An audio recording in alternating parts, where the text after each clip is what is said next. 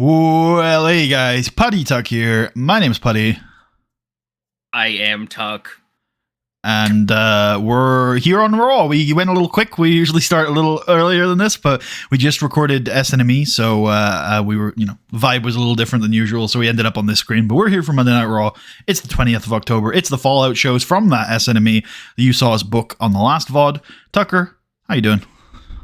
Doing all right. I watched all of Survivor Series 2008 yesterday. Yeah, that was it. Why did you? Why? Why? I felt like I felt like watching some wrestling. Like Yeah. I watched that thing. Watched the Cena Edge match the other day, and I was like, yeah, you know what? I should watch some more of this. And I watched it, and I was like, wow, I regret my life choices, don't I? Oh yeah, wasn't good. No. I think that is an unfortunate thing where, especially because I think I don't know if harsher is the right word. I think there's more in this era for me to enjoy than there is for you to enjoy. But even for me, we're at a point now where if we go and we watch 2008, it's like, oh yeah, there's a reason why we've changed so much. It's because this is not good. We're getting into the era of WWE that I absolutely despise. I've talked so many times before about how WrestleMania 25 to me is one of the most egregiously bad WrestleManias of all time, not just because it's bad, because I think 26 is like worse in a lot of ways, and then there are much worse WrestleManias, and obviously WrestleMania 25 has a great match on it, but it's just about what it does for the company and how much worse it was than it should have been. Yeah, I mean, speaking of like 25 and stuff like that, I mean, to me, I think I've said this before, it's the death of the old canon and the entry into the new canon.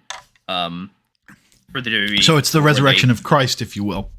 Yes. No, it's the break from the in-house style that they had been telling for 25 plus years to pursue work rate stuff, essentially. Maybe I'd call it the Shawn Michaels style rather than... Yeah, that's true. That's fair. It's not quite ROH and that's obviously yet. That's Seth Rollins' fault. I was gonna say, I'm like, and that's just the start of it. Obviously, at 25, It won't be. You won't feel the effects of that for a couple of years down the line. Where now it's everybody who's trying to do that every night. Okay. In the interest of actually finishing the show today, should we get started? Absolutely. I'm great. We are in Arlington, Texas.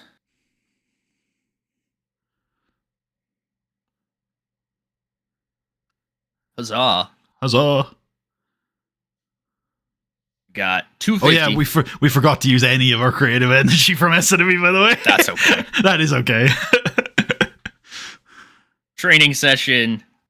Randy Orton's been talking to Kenny Dykstra a lot. Of course.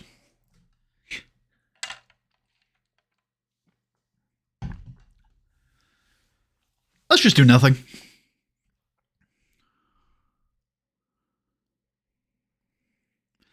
All right. Oh yeah, I can get music on now as well. Whoop, hello. Was that you? Yeah, why?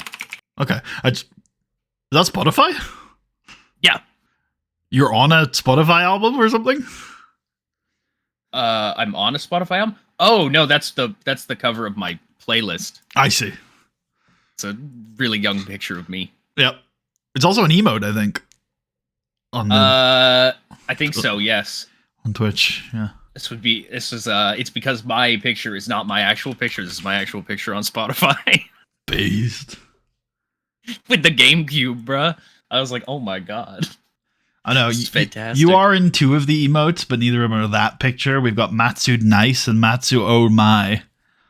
Yes, I know both of those. That's from around the same time, that image. Yes. So, yeah. Here, just a reminder, I've sent Tucker a picture of the emotes on the channel. Actually, they're all pretty great. Yeah, you can show them to the audience if you want. But say I'll open this here and there we go. I like the for sure one is a timepiece for sure. Mm-hmm. I mean, as is the 100A star nowadays. That's true. Yeah. What does that mean, dude? Those are also the channel badges. Fantastic. Like the longer you're subscribed, you go from like a C to an A star. That's good. Okay, yeah. This is Jeff Hardy. Jeff Hardy.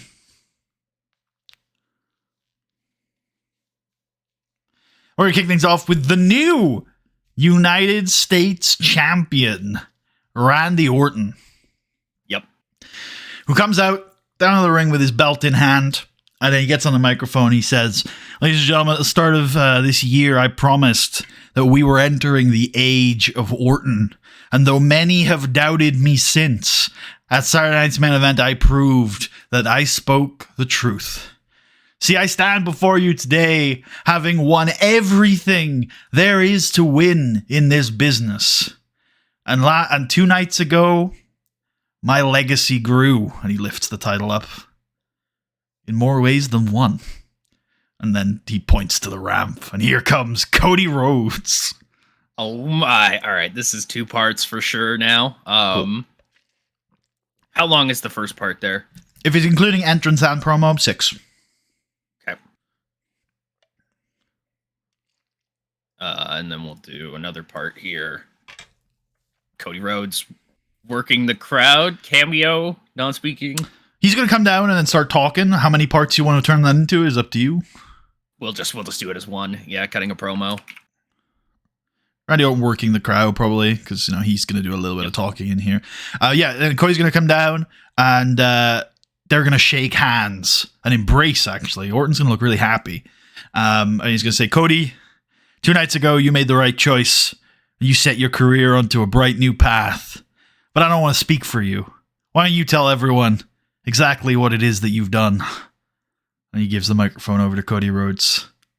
What does Cody Rhodes say? Cody Rhodes says that he did what anybody would have done in his situation. He looked upon the paths in front of him, and he picked the most advantageous one. The one with the most bounty to gain. Cody Rhodes has made a business decision. Maybe he can mention, what did Ted DiBiase think was going to happen? How did our tag team start in the first place? It's true. That's true. Is it an Ouroboros? Is that the... That's the snake eating a snake, right? Or it's snake eating its own tail. Yeah. Yeah.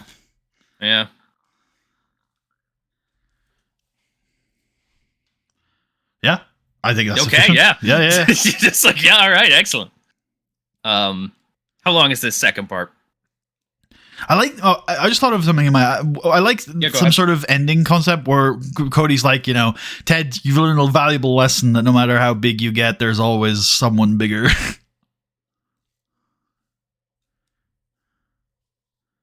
I like that. I wonder if we could use something more Yeah. specific for Ted. Something like, Ted, I know you got your dad's money, but at the end of the day, you've still got to pay the piper or something like that. I like making it more specific to Ted. I'll bring back to the point I make every now and then that I don't love leaning on the money thing at the moment. Yeah, but he's DiBiase Jr. We know he's got money. Yeah, but that's not the point of his character right now. The point of his character right now is he's sick, he's nasty, he's a grappler, and he's born to be a pro wrestler. The point of that statement is not you have a lot of money. It's the you have a lot of money thing is flavor to you have to pay the piper. Your time has come. I would rather, if we're going to make it more specific to Ted, that we make it more specific to Ted's current character.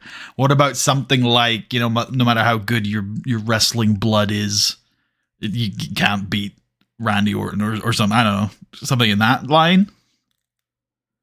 No matter how precious, valuable, no matter how chosen you think your blood is, it spills all the same. Ooh, that's cool. It spilled all the same when I hit you in the head with a steel chair. Yeah. Okay, I like it.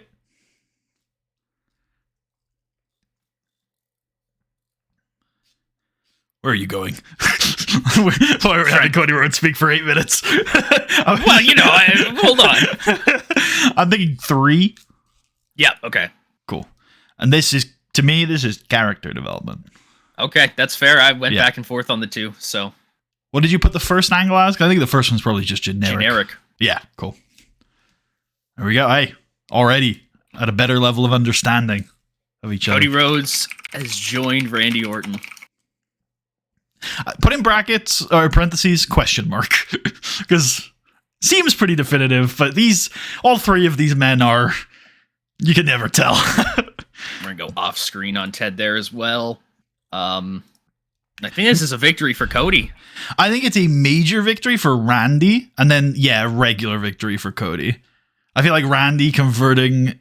I didn't want to use this reference exactly, so I'm going to say we're not going to use it for problematic reasons. But I want to say it just so you know it's here in the creative process. But I like the line of Randy being like, "I've already won because I have your children already." That's awesome. Obviously, again, not going to use it, but it's the line that has come to head. I want to give Cody then like an unreciprocated one. Sure. Don't want Ted taking two. I don't know if Ted's going to be able to take this L, by the way. Might have to be unreciprocated for Orton, too. We'll see. Why's that? Because he's not... maybe not. I don't know why. I thought maybe you couldn't take L's if you weren't on screen, but maybe you can't take L's if you're not in the angle. You can't take dubs. That might be what I'm thinking of. Yeah, you might be right. Cool. Graphic tonight. It's a main event. Tables, ladders, and chairs. Edge, Jeff Hardy. Oh my. First TLC match on Monday Night Raw in 6 years. What was the last one? Jeff Hardy and The Undertaker. Wasn't that just a ladder match? Fuck if I know. I made this whole thing up, so... Cool. All right, cool beans. I'm entirely talking bullshit, so I don't know. Tell us in the comments. We need more... At this point, we really do need some series historians who can tell us things that we've done better than we know. We need a fucking wiki, damn it. And ironically, we do need a wiki. Yeah, maybe that's something we should look into actually doing. I mean, that might be useful.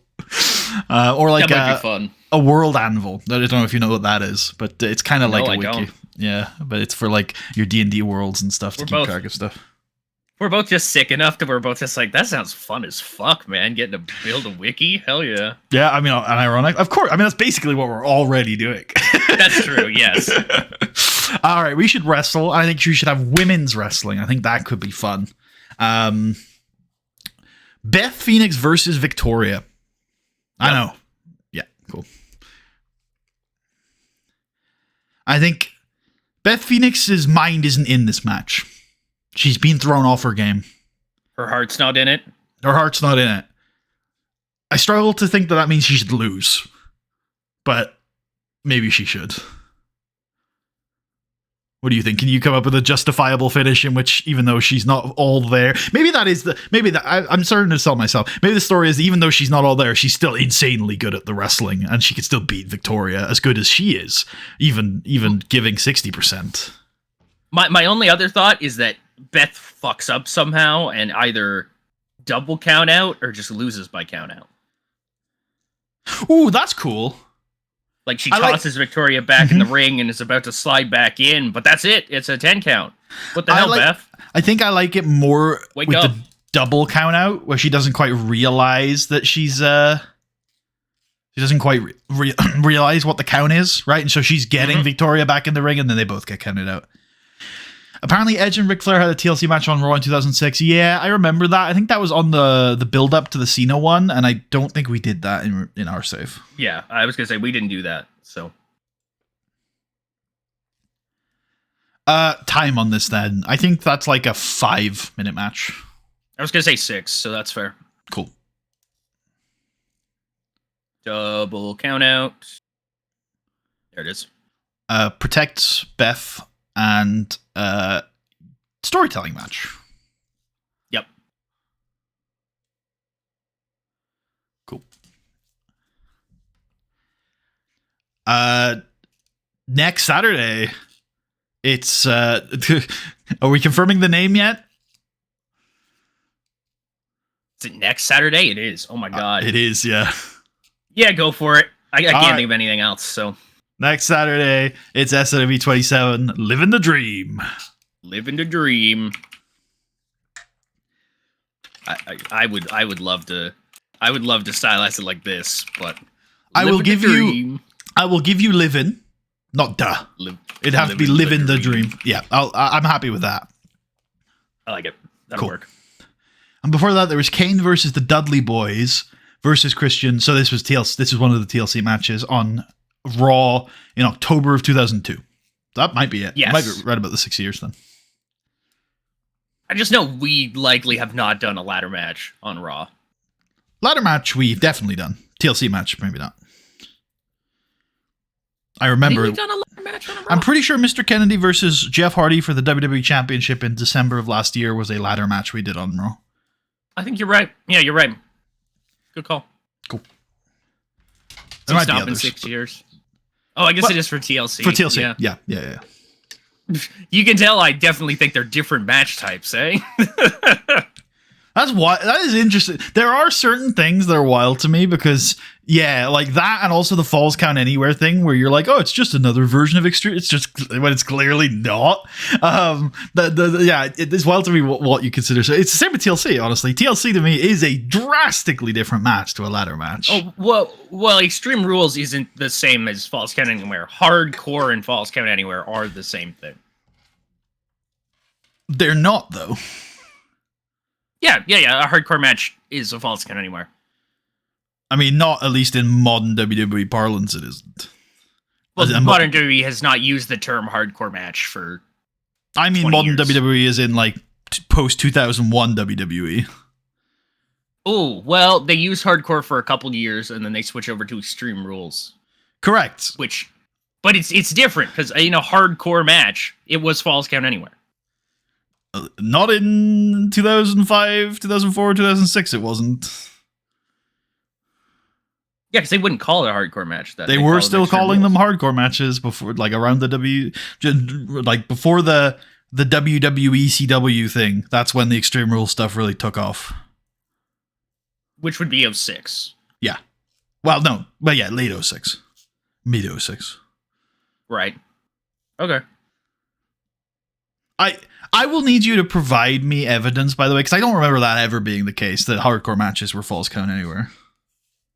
I'm going off of video games. I thought you were. Obviously. Yeah. No, I thought you were, which are not absolutely particularly useful sources. Sorry, they are gospels of historic accuracy.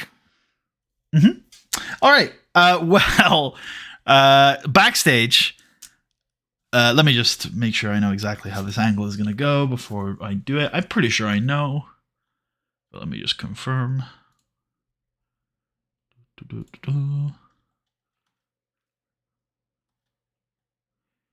Okay. Yeah. Backstage, we're in Theodore Long's office. This is one of those angles where I have an outline for it, but I wanted to kind of workshop exactly how we're going to do it together. And so I'll just pitch you the outline. Jerry Lawler is there demanding a match with Mr. Kennedy. Teddy Long is trying to convince him not to do that. That's a really bad idea, but then eventually agrees to give it to him. I don't know if you want to add any specifics to that. Yeah, Jerry, you're a nearly 60-year-old man. I cannot have you. I swear he's 50-something. Yeah, I was going to say, you're nearly a 60-year-old man. I cannot have you wrestling on my program.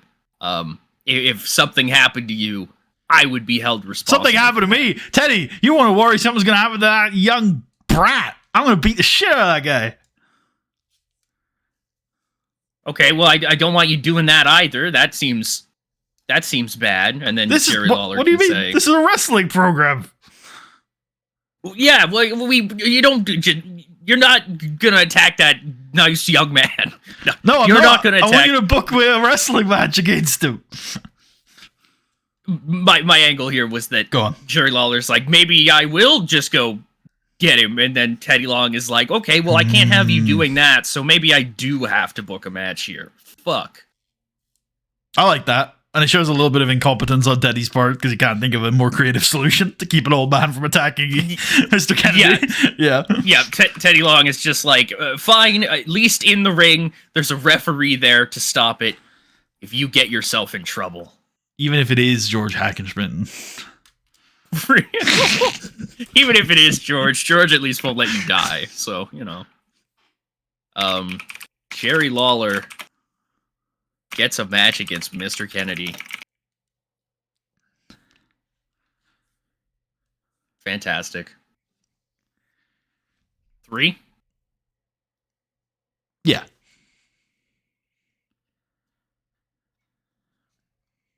Storyline development? Yep. Nice. Is this a win for Jerry Lawler? Minor at most. Okay. Is Jerry Lawler in this? Should be. Yes. Let's go, Jerry Lawler.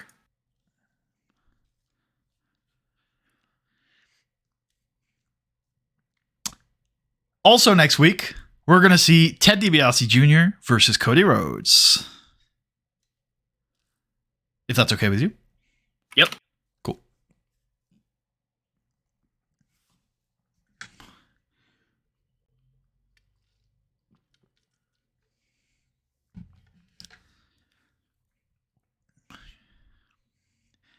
Show highlights of the tag team match from Saturday.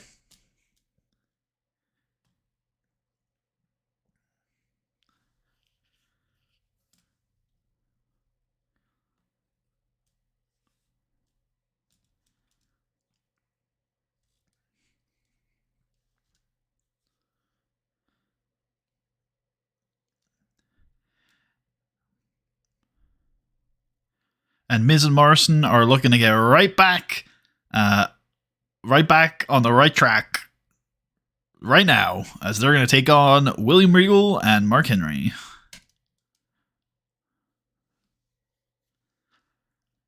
In a 7-minute match, where Regal and Henry pick up the win. Using the Mark Henry creative finish, if we still have it. No. That is okay.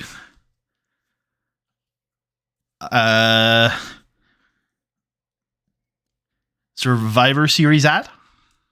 Good call. Good call.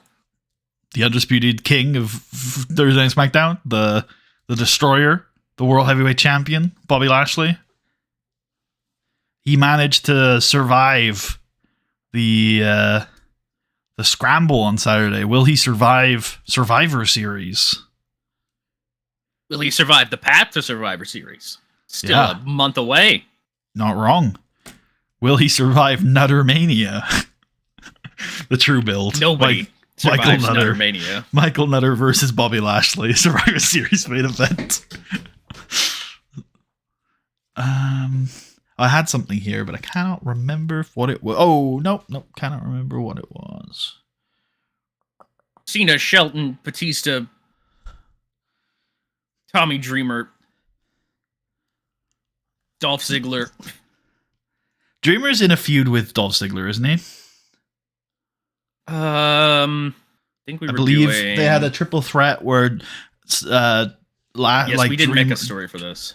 Dreamer was like, "You cost me the match." Yeah, there we go. That's exactly what happened. Wah, he cost me the match. I think that actually has to be a promo tonight. I can go here if you've got it. You cost me the match. Wah. It's an interview. Tommy Dreamer with Alicia Fox on Dolph Ziggler. Is this you cost me the match? Wah. Yeah, like literally that's pretty much what I've got for this. You cost me the match. Wah. Yeah, that's good. I like it. Wah. Wah. It's me. Wah. Wah. 2? Sure. Character development, I guess. We didn't think Tommy Dreamer would be so upset over one random triple threat match. Yeah. Okay, cool. Mickie James cuts a promo where she... Oh, wait, but it's a little too close to the Dreamer thing. Keep this in mind for later, though. Actually, no, I don't mind this. It just needs to be formatted a little differently. Melina is arriving via limo with her title and a red carpet. And Mickie James will confront her and say that, I'm nobody's minion. I'm nobody's goon. I hope you were watching on Saturday because that's what I'm going to do to you. I want my title back, bitch. And then she slaps her and she leaves. Awesome.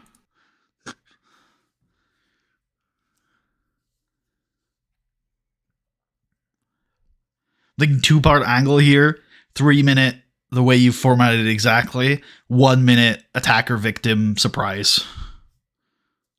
I like it.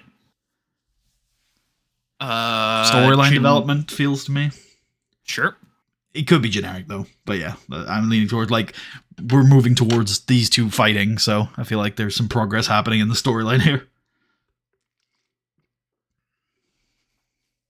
1 minute. Serious. Surprise is what I pitched. Oh, I like it. Surprise. Yeah. That's a good one. Surprise. Yeah, I'll give that to Mickey here. I don't think it should be unreciprocated. I think it should be over. Oh yeah, okay. Yeah. Lonely Mountain, I believe. Yep.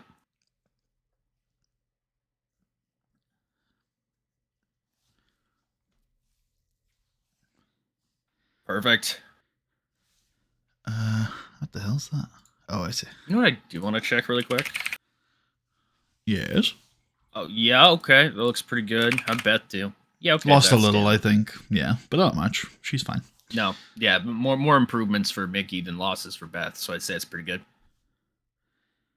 Let's go back ringside, where I think JR and Stone Cold should have a discussion about Mr. Kennedy. I think JR will express concern that this is escalating, and that this isn't necessarily what... I don't think... JR doesn't think this is good for anyone. And Stone Cold says, yeah, I agree, but I am looking forward to next week, because I'm hoping to see that kid get his comeuppance. Yeah, Jared Lawler's going to punch that kid's nose in. 1 minute? 2 minutes? 2 minutes sounds good.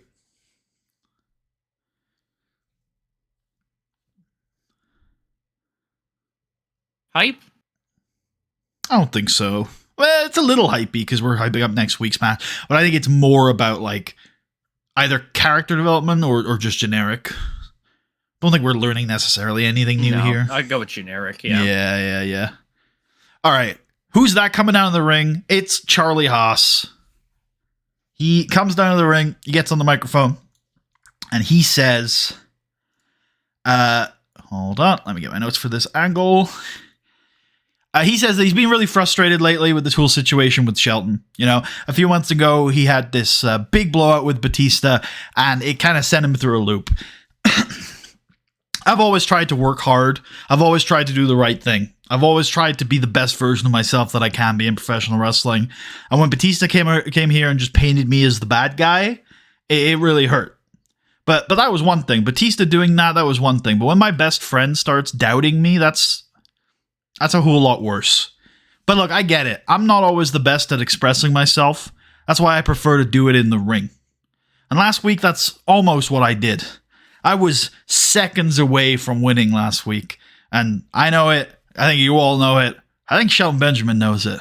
But unfortunately, I came up short. Nevertheless, last week was the most fun I think I had all year. And it sort of was the right step towards putting all that Batista stuff behind me and starting a new chapter in my life. So I look back at last week and I think I came so close. And I had so much fun doing it. I can't help but think we should do it all over again. This time, I'm going to beat you. Shelton Benjamin, I'm officially challenging you to a rematch. Anytime, any place. And we go to commercial. Shelton doesn't respond in this promo. Fantastic. Charlie wants a rematch with Shelton. I think 5's a good number on that. Yep, I was thinking the same kind of thing. Storyline development. Yeah, or character development. I think we're kind of getting a bit more insight into Charlie's mindset here. Yeah, all right. Let's do character development. I like that. Cool. I kind of want to let top Charlie... Of the hour, essentially. I'm foreseeing that as the top of the hour segment. Okay. That okay with you? Yeah. Cool. I'm happy to let Shelton do some improvisation there. Not Shelton, Charlie. Sure, yeah. There's a lot of personal stuff wrapped up in that. Let's advertise this Thursday on SmackDown. Big match. Roderick Strong taking on The Undertaker. Come here, game. Jeez. Um,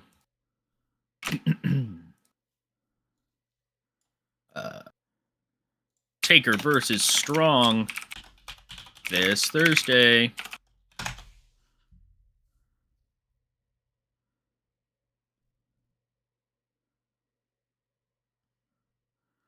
What else we got here? John Cena. I don't have anything for Cena yet, so if you can come up with an idea for him while I'm checking something real quick, that'd be good. Yeah, John Cena. What has he been doing lately? He's been fighting random people. Right on, yeah. He could just cut a generic promo here, reminding us who John Cena is, but I was gonna say let's ask John about that. John, you've been fighting random people lately. What's up with that? And John Cena says he's trying to work his way back to the WWE Championship. He understands that every man in this company has an opportunity to be great. He just has to seize it. It's been a bit of a rough year, but there have been bright spots in that year, and he's looking to close out the year the brightest he can. Whether that's with the championship or not, he knows that he can't lose right now. He's feeling good again. Great. Give me Amy. Fuck it. John Cena is gonna keep trucking. Hell yeah. Keep trucking along. 4. Sounds good to me.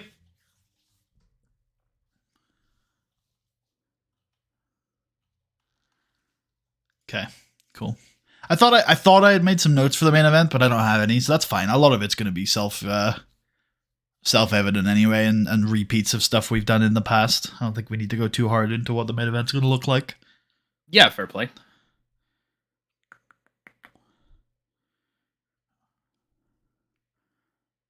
We should wrestle again here. Yeah, who do you like? I like all of our superstars here on Monday Night Raw. You don't have to lie. Let's get Chris Masters taking on Seb Slater. Yeah, absolutely. Oh, that's not how I do that. I know I've messed up when I see ACH. True. His presence disturbs me greatly. Let me do this real quick to make it slightly easier. What did you do? I turned off the brands again. Oh, cool. I mean, you turned on the brands again? Yes. Cool. Now that makes sense. Chris Masters gets the win. Cool. Yep. Shockingly. Right. Before I forget to do this bit for a second time, we need to insert earlier on in the show. I'm thinking after the Living the Dream angle, we cut to the crowd where we reveal that, look who's here tonight. A celebrity guest, Batista. That's so great. Who's in the crowd and he waves and he's signing autographs. And then surprise. JR will speculate perhaps he is here because of the rumors we've been hearing that he is soon going to compete for the WWE Championship. Perfect. After the Survivor Series ad. Perfect. Cool. No, I think after the Living the Dream ad. Quite early in the show. Yeah. Yep. Cool. All right, I know I have one more angle to put here, but I don't want to kind of do it quite yet.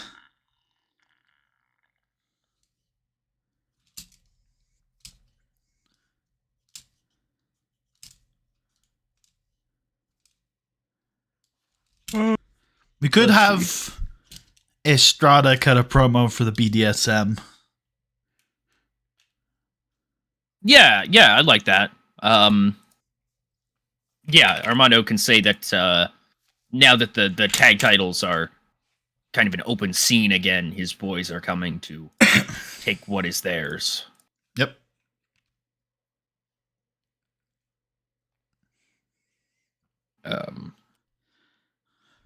The Simone Wrecking Crew want the You can't make pre-made angles anymore, can you? I don't think so. No. That's fucked. Ironic. Yeah, two works. Either of those.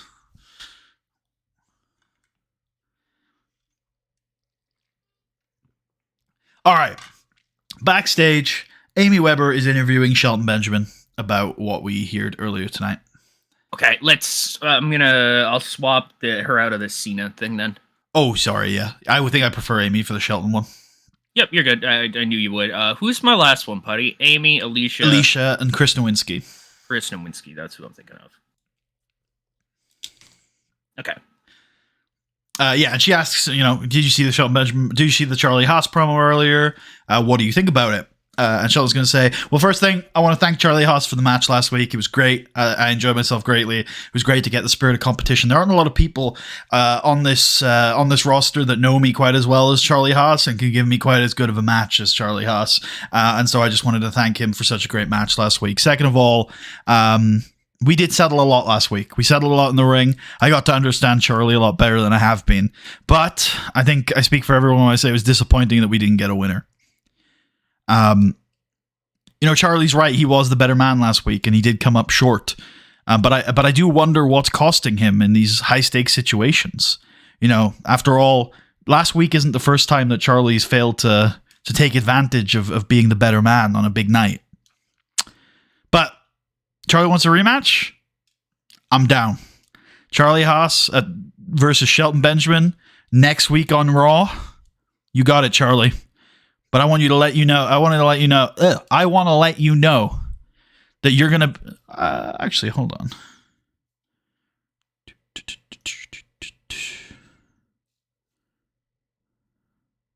I don't see any reason why we can't move. This was originally meant to be on Raw. But I don't see any reason why. Yeah. Sure. Let's do it. Because I was thinking the same thing. I was like, I think that card is like not quite filled out. So absolutely. Correct. Yeah. So, as Saturday night's main event in San Antonio, Texas, next Saturday, you versus me. But I want to let you know, Charlie, that you're going to have to be at your best physically and mentally if you're going to beat me. Perfect. Bored, are you? Kidding. Yes. Terrible. Where's John Cena? I want to see more John Cena. How long is this?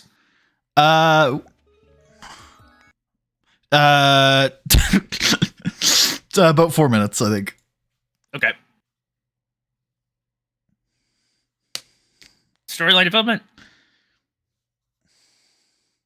Yeah, I guess we're booking a match. Yeah. Well, I guess something does happen. Cool. Now we can do pre-match for our main event. First angle, video package. Yep. Go with pre-match events.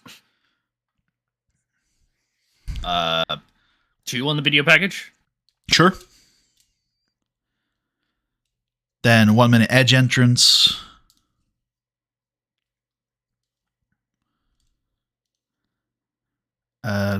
Probably 1 minute Jeff entrance as well. Absolutely. And then Jeff and Edge working the crowd. Lillian Garcia, segment host.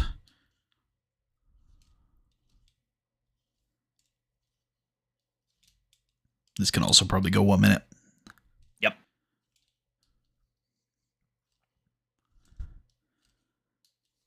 All right. And then we have our main event. That we do. Shit. Did these two have a table? I feel like these must have had a tables, ladders, and chairs match in real life. Around this era, too. You would have to assume. I like this.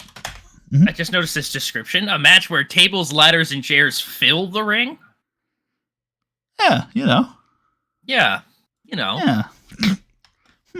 I don't know about that one, but fair. Like, all right, sure. Jeff versus Edge in a ladder match. What year? 2009. Oh, okay.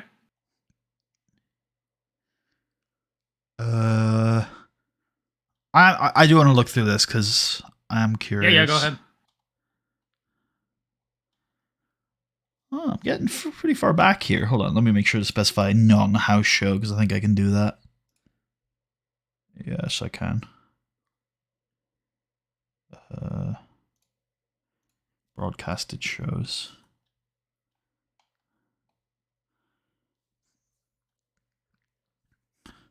Do you want to take... I'm curious if you'll know this. Do you want to know what the first match these two men ever had with each other was? Like, of any constellation? Probably... like... The first match in which both of these men were in. Yeah, okay. Yeah. I'm thinking it was... I mean, I know they have a first tag match in, like, 98, but I want to say probably beforehand, Jeff's working as a jobber, and Edge probably beats him maybe on a dark match or something like that. Okay, so their first match together was a tag match. And it was the Brood versus the Hardys on a WWF Shotgun Saturday Night in 1999. That's massive. Yeah. I can't see them having a TLC match. I think so. This ladder match would be the best kind of comparison. And then I'm probably going to add some time. So, yeah, obviously. I'm thinking like 25 minutes. Yep. Cool. All right. So, like I said, I don't really have a bunch of spots throughout this match. Although many will be stuff we've already talked about in previous matches. I don't know if you have any spots you want to talk about in this match. I'm sure they do callbacks to different things they did before. Like maybe at some point, Jeff's hanging from the belt or something like that, and we can maybe tease the Edge spear off the ladder thing again, but we don't do it. How do we get away from it? I thought about this, but I kind of find it awkward to set those hanging spots up. Like, what if he's not going to spear him? How do we get away from that? Does he just yank him down? Edge is going up for it, and Jeff Hardy just drops. Why would he do that, though? He just wanted to take the spear. But he wants the belt. Preservation is the better part of valor. Do you think that's Jeff Hardy? No. No. So while I like it, I've but also it is Jeff Hardy to say, I want to avoid maximum damage, so I will hurt my body right now in order to avoid being taken out of this match. I just don't think it lands, though. Imagine the spot. Just think about Jeff Hardy hanging on there, and then Edge is climbing a ladder, and then Jeff just drops to the mat. Do you really think that's exciting and fun and lands well? You could shoot it well. You get like Jeff's face. Stop trying to justify to a yes and actually honestly think about it. Well, it's not just. Well, yeah, no, I'm going to justify my yes because it's a yes. No, what I'm saying is what you're doing, I can tell it in your voice, isn't thinking about it and coming to a natural conclusion. It's going, the answer must be yes, so how do I convince myself it's yes? I can't believe you don't think it works. I can't believe you don't think it works, honestly. Really? I get it. I get it. It's a little weird. It's a little out there, but I think it's fine. I think it hits on like Jeff's personality traits. Have you really genuinely thought, like, imagined it and really think that people are gonna like pop for it? Like, what does Edge do? No, I don't think people are gonna pop for it. I just think it's a cool spot. We're like, hey, remember real life that Tucker really cool would call this wacky and goofy and a cartoon, and he would be like, it completely ruined the pace of the match. Edge was just stood there looking awkward for 20 seconds afterwards, and then we had to find out a way to get the match going again. That might be fair. That might be a better call. What do you mean? That's literally... Sorry. But that is literally what I've been saying this whole time. Oh, I didn't think you were talking about the pacing stuff. I thought you were talking about just the spot itself. I'm talking about how it actually works in the match. Like, if you actually imagine the spot and think about how it would look and feel, I think it's a damp squib, right? Like... there is a guy hanging from a title, and it's supposed to be a crescendo, and it's just not. It's a untuned violin getting screeched.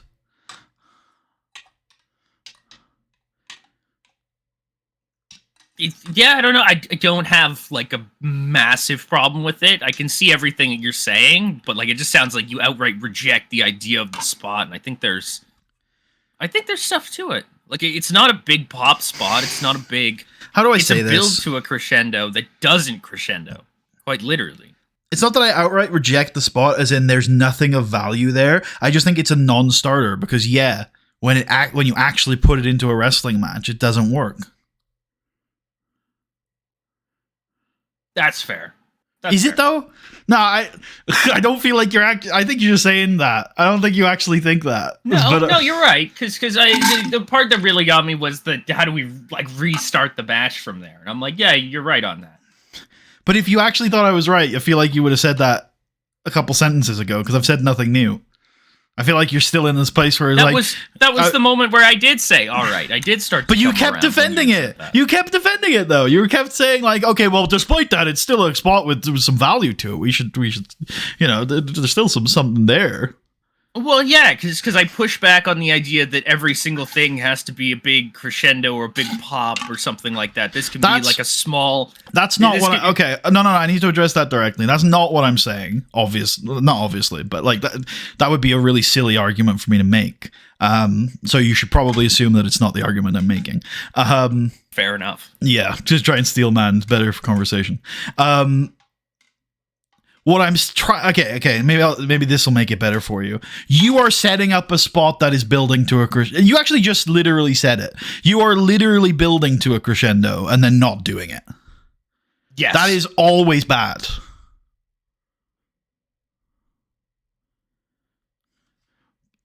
Tell me a situation in which that would benefit a wrestling match.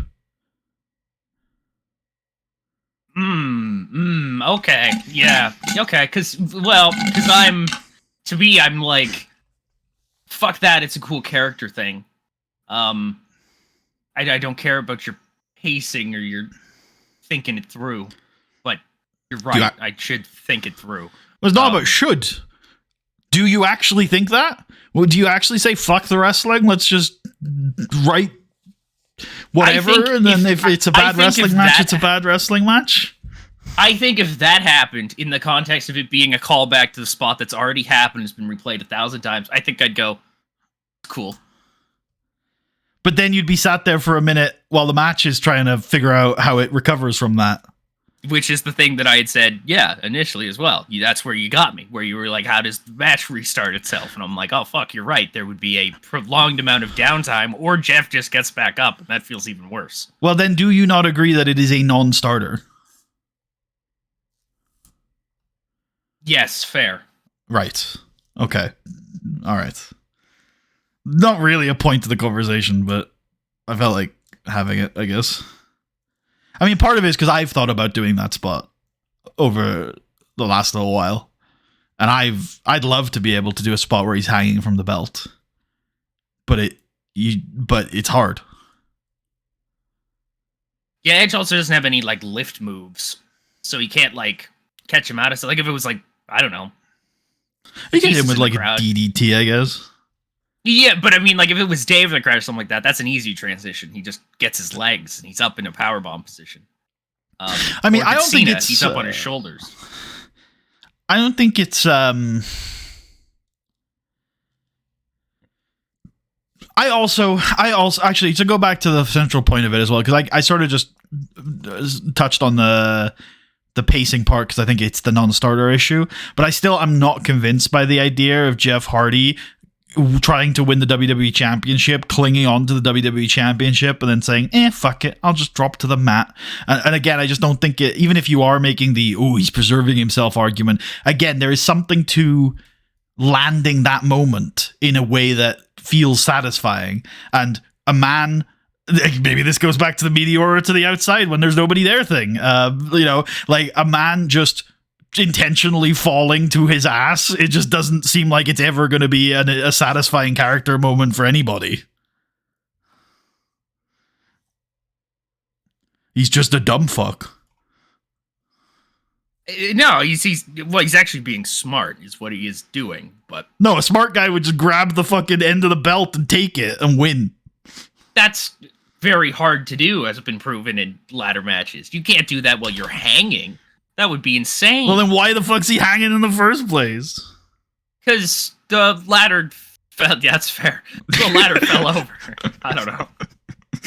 The ladder despawned.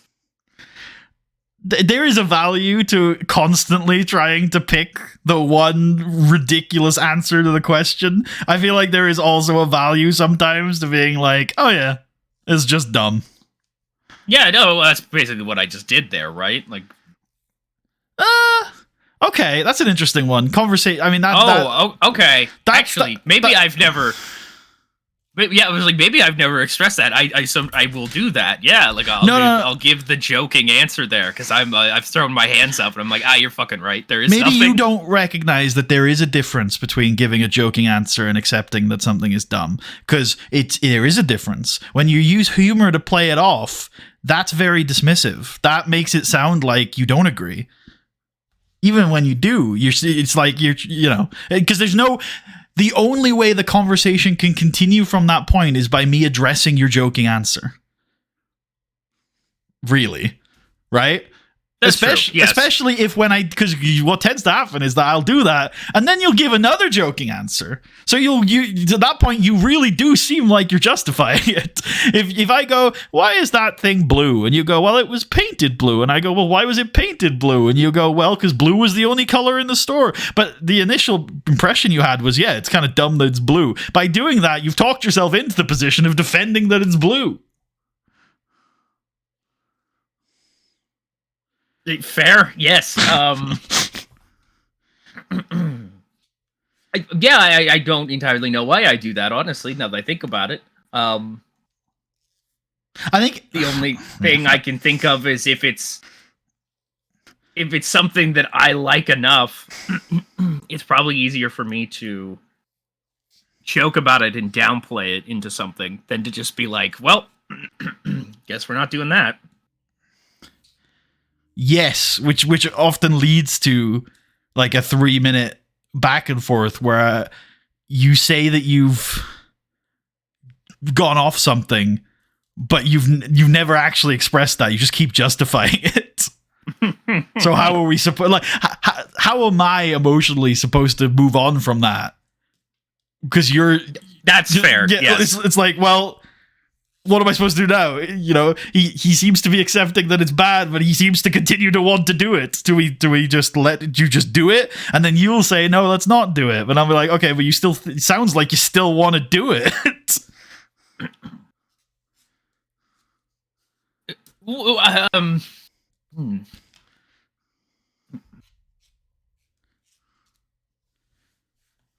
I mean, there's a lot of problems with this spot in particular. And it's probably because I'm thinking about it too large scale, where because I had immediately gone to what I had said about, not everything has to be a big thing. You know what I mean? Not everything has to crescendo. This can be a character thing that is set up and masked as it's supposed to be a big spot. But the ultimate payoff to it is that it won't be, because Jeff's character is smart enough to where he will avoid that. He's been in that situation before. He remembers that. We've seen that every single week for years on the different compilation things. Yep. But you see how there are moments in a wrestling match where those sorts of small character moments work. Like, for example, if, I don't know, someone is charging at you at the barricade and you can make a small movement that's satisfying and character developing, or if you don't do a move that you would usually move and there's a little bit of a moment of recognition where you can play into it, or if, Jeff dodges something that he's been known to be hit by, and then, that... I got it. Okay. I've got it. Jeff's hanging from the belt. Edge goes over to try to take him down. Jeff is going to swing and use his momentum to hit a whisper in the wind. Think you could do that? Let me remind myself of what that is. Is that just like a that's like he does enziguri? The flippy spin leg kick. Off the corner. Yeah.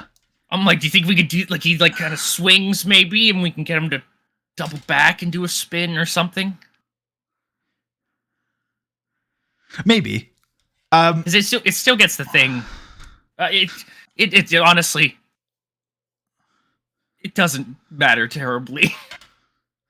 No, I mean, it obviously doesn't to me either. It's more about the conversational element of it. I guess I didn't get to finish my sentence there. Hopefully you knew where I was going. No, I apologize for that. I'm not going to start it again. I hopefully you know where I was going. Yeah. I don't see how the new version is a callback at all. Is my initial instinct. Yeah, absolute fair. Yeah, you're right. It's not. So there you go. Now I'm thinking about it, but it also seems kind of wacky of like Edge. No. I mean, Edge trying to spear him and he like swings out of the way, but that's also just dumb. Yeah, I don't know how that. Yeah, I like it, but I don't really know what. I guess it's the same thing. I guess that would have to be the finish. Thing where I'm just like, I don't know what we do after that. Yeah, so that's the same thing. Yeah. It would be a really goofy. I mean, it's would be a really goofy spot in general. Back to my initial point, which hopefully you accept, or maybe you don't. That I just don't think there is a way to get Jeff hanging from a championship belt in this match. I understand that. Yep. Yeah. All right. Do you have any Jeff other spots? wins. Yeah. I don't know. Yeah, really? Okay. No, it's just because I don't know. I can't explain my emotions, but I just like I've talked to you about this before. It's tough to get back onto the how do I say it?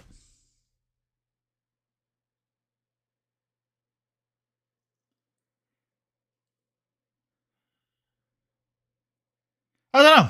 I just feel shitty. Damn. Maybe it's just time to say that. I don't know why. I just feel shitty. Damn. What do you mean? I mean, that sucks that you feel shitty. I assume because of my... No. Okay, fair enough.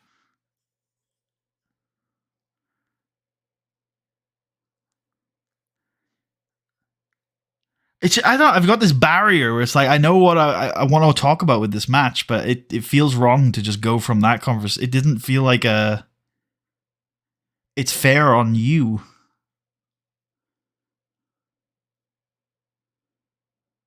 No, I mean I don't care. I know. Okay. What? Yeah, God. Probably. Does that make it worse if I say I don't care? Like it doesn't make it worse or it doesn't make it better. I just don't know what to do. Okay. I'm just stuck. I'm freezing. I'm having probably a minor panic attack. Okay. Okay. These two have a ladder match. It's violent. They use the ladder against each other multiple times. Jeff Hardy can drop kick the end of the ladder into Edge's crotch while he's in the corner, and Edge can make his "oh my balls" face. Edge can throw Jeff Hardy into the ladder while it's stood up in the corner. I wonder if we could get Jeff Hardy to run up a ladder that's up in the corner, and he can hit a whisper in the wind off that. Oh, that sounds cool. Yeah, he can use the rungs to flip off or something like that. I'm trying to think of. Do you have a final spot for this? I do. Okay. Searching. Sure, I have it somewhere here.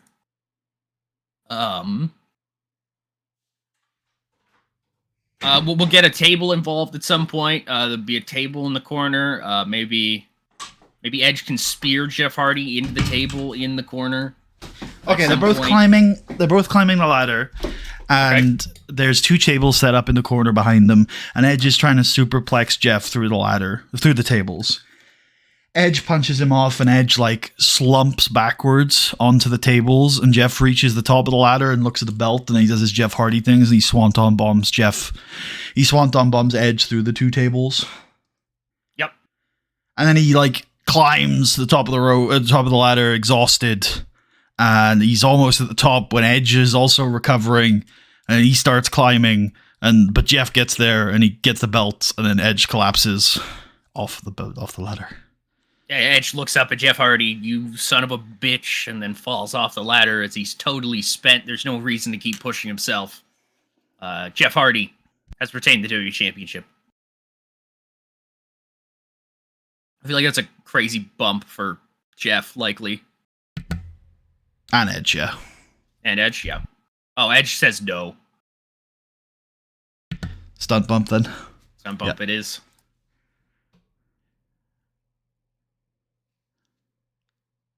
And there's the show. We need some time back. Okay, yep. We need like at least 3 more minutes. Okay. They can just come off the main. Oh, yeah, okay, fair enough. And then Batista jumps the barricade and stares Jeff Hardy down. Awesome. When will this match take place? Is it taking place? Who knows?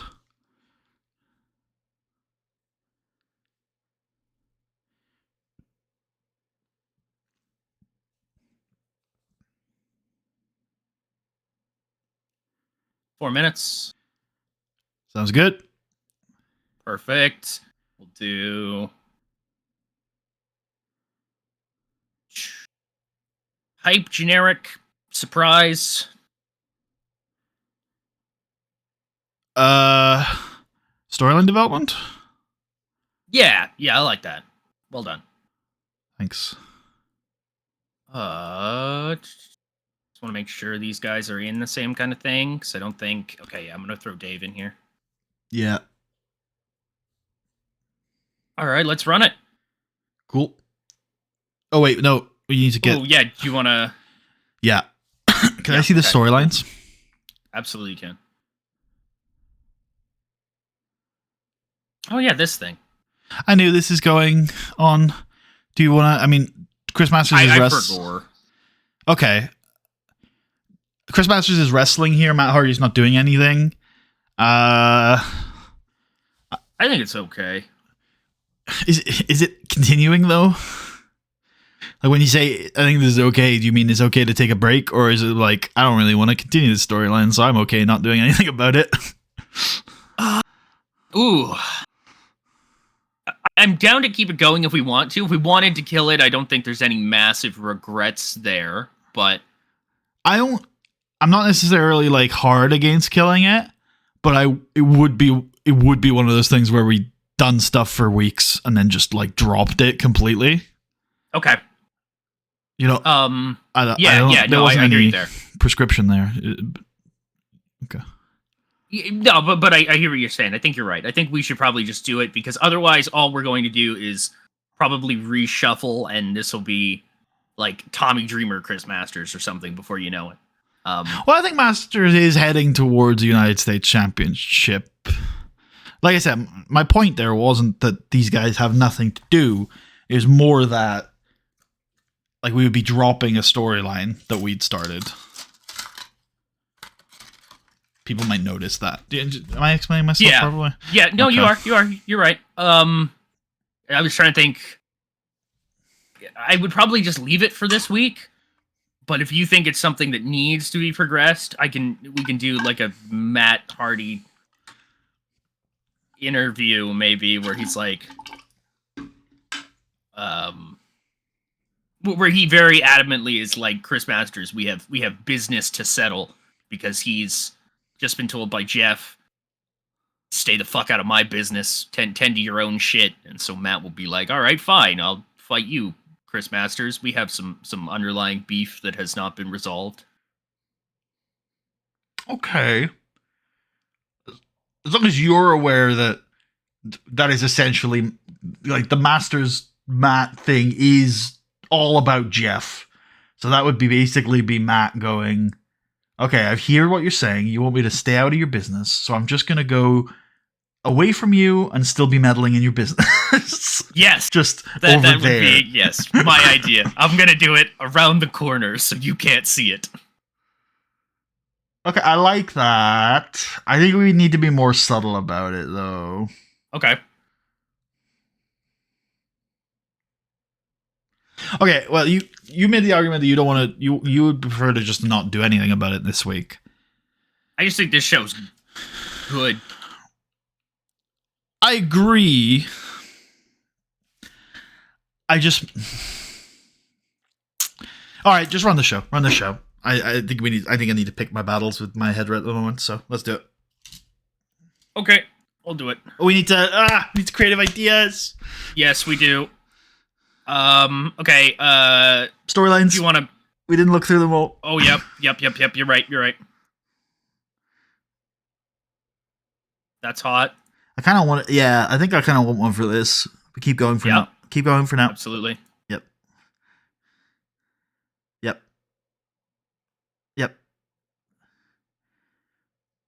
Yeah, I think that's fine. Yep. Cool. Let's get a storyline idea for hopefully for Kennedy. God damn it, Paul London. The wealth of creativity. Let's go with our tag champs. Based. And then let's get another. I'm happy to send one more on that. Yeah. Yep. Nice. Um, we hate Mr. Kennedy. I love it. And I kind of want an angle for Charlie. Oh yeah, absolutely. Or maybe Orton. I guess we'll see what it is. It's Triple H. Okay. Triple H is cool. That sounds like something he'd pitch. Yeah. What have we called it? I'm cool. Put this on this. It's this one. Yep. Okay. Good to run it? Yeah. Okay. Raw intro. Nice. Go right into that. Cody Rhodes is now with Randy Orton. What did he mean by that? What did he mean by what? With Randy Orton. Like, are they... They're together. I see. It's beautiful. Very progressive. Wedding angle coming soon. Oh shit! Is Kane gonna interrupt? Are we gonna get him back? It'll be Mortis Ultra Kane though. He'll be tiny. We'll get Chris Kanyon. Dress him up. Kind of based. We got our main event. Wow. This? Wow. Okay. Weird. Yeah, Beth Phoenix. It's the double count out. She's not focused. I think our audience hates that finish type. I guess so, eh? Weird. I thought they'd be okay with it. We're the WWE, brother. That's how it works. Yeah, our product's very... SME ad. I've had this complaint about the product system since last game. Yeah. Batista's in the crowd. Ooh. He bought a ticket. Please. He got comped a ticket. There we go. Perfect. Yeah, that's true. He did not buy one. We've got this cooking for next week. Yeah. Fury Lawler, Mr. Kennedy, main event in any arena in Memphis. True. This might main event next week. He's not a worker. Hold on here. Yeah. Jerry.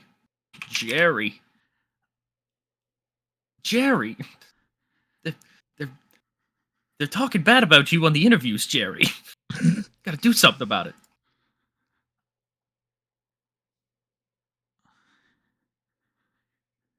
Uh,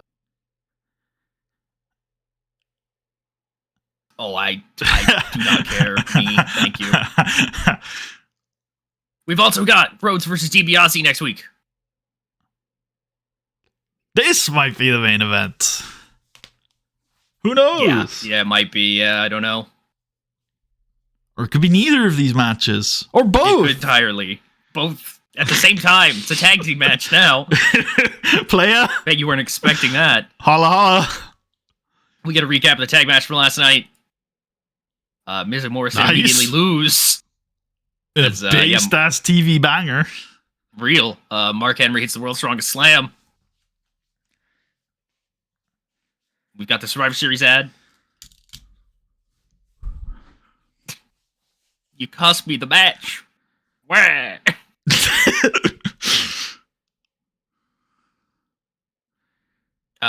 Yep, Mickey James says she's come from Melina's belt and then slaps her. We can book this in for SNME. For SNME? Alright, perfect. Oh, I don't have it on the thing, technically, but that's okay. Yeah, we'll do it. Yeah, you can do this. Do it like this, yeah. I thought so. I think this will work. Or will you be able to change the scheduled date of an event that has pre-bookings? I suppose we'll find out. I hate that Mr. Kennedy guy. Same. All right, we're in agreement. I think it's Charlie Haas time. It is Charlie Haas time. Hot and rising. Charlie Haas time. He wants a rematch with Shelton Benjamin. We got this big match coming up on SmackDown. Hell yeah. John Cena. He's going to fight everybody to get his way back to that championship. Chris Masters beats Seb Slater with the Master Key. Hell yeah. What? Good match. Yeah, really good. Armando cuts a promo for his boys. The tag belts are open now, so they're going to rush in and fill it. Hell yeah. Shelton Benjamin will fight Charlie Haas at Saturday Night's Main Event 27. But Tucker, that says 26. Ruined. Which of these two men will be living the dream? And which one will just end up living? It's gonna go dreaming like they were knocked out, but that's fair, yeah. No, I like yours too. Here we go. It's time for your main event. That's my Lillian Garcia impression. Based. Tremendously. Yeah. Jeff Hardy gets it done. He's still your WWE champion. And then afterwards... Who's that? Big Dave stares him down. Holy shit. Sorry, Batista. He's on our screen. It's Batista. Let's book it in. For Saturday Night's Main Event. SNME 27. Holy shit. We got it confirmed on the .com. Batista. Jeff Hardy, dirty title. It was not confirmed on the .com. It was confirmed on Saturday Night Live this Saturday. That's biz. That's biz. And there's Raw. Boost. We make the money. We made more of that than SNME. Yeah, I don't know what that was about. Yeah, it was. I didn't want to say that was a strange one. Yeah, I noticed that too. I was like, I don't think that's right. But okay. We can deep dive that because I think the records will be there as to. I guess maybe was it? No, yeah, it wasn't our second SNME of the month, was it? No. No, we had we sold it out, whatever it was. Well, I think it was the TV revenue that would have been lacking. No, Lance Storm, you stay there. Maybe you're right. Yeah, no, he's like, please.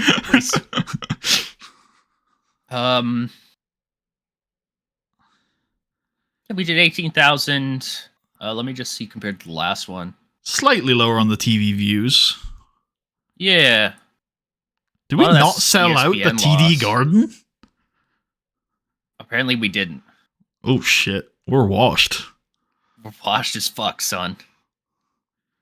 I'm old. We're washed. Real. Didn't sell at the Staples Center either. No. Wow. Shit. We're a Texas territory now. True. Which sucks because it means we'll lose money.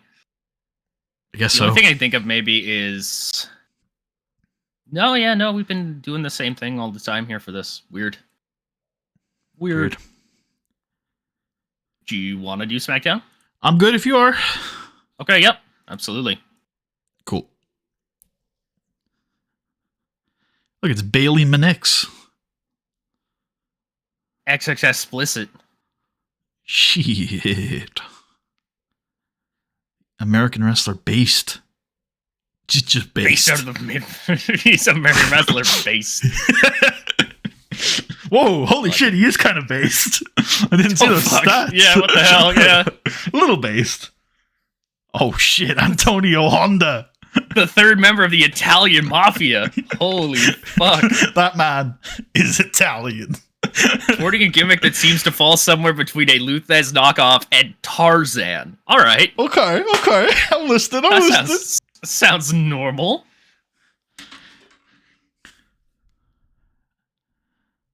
I won't make you look at our Thank you. competition because I know you hate that, I guess. I don't hate it. I just think there's a time and a place, you know? Any of these people not here? I don't know, so let's play it safe and leave it. Absolutely. We are in there it is. New Orleans. The Southeast. There. Yep. Perfect. 208. Oh, hello. Sure, I'll allow it. Yeah, bring her in. Hang out with Gregory Helms. Not you. Not you. Not you. Stay the fuck away. Have you got your gun on you, Tucker? Hey, this is just the guy I'm using the ring from. What are you talking about? I've vaguely known this man for like 20 years. I don't think there's anything wrong with him. Craziest fucking shit, man. Oh. The ace. It's time, buddy. It's time. It's the John Cena of the WWE, of the women's division. This is strange. Huh. Okay. I don't need this. Thank you, though. Ooh. I don't need this either. Thank you, though. Well, maybe it's one in which he loses. They can't be, unfortunately. I wish really? they could be. Yeah, I wish they could be. They have it's to always be with with them as a winner. Yeah, oh, that's fucked. Yep. I feel like being goofy. Okay, go for it, man. I feel like Bruce Pritchard should get a... Never mind. Yeah. Let's do a risky for him. We'll go with that. Okay. The risk is he calls the police on me, ladies and gentlemen. What are you doing? Oh, shit, he called the cops. Uh-oh. I told him not to check his mailbox. What did you do? Nothing. Okay. Some fun. All right. I'm playing some goofs, that's all.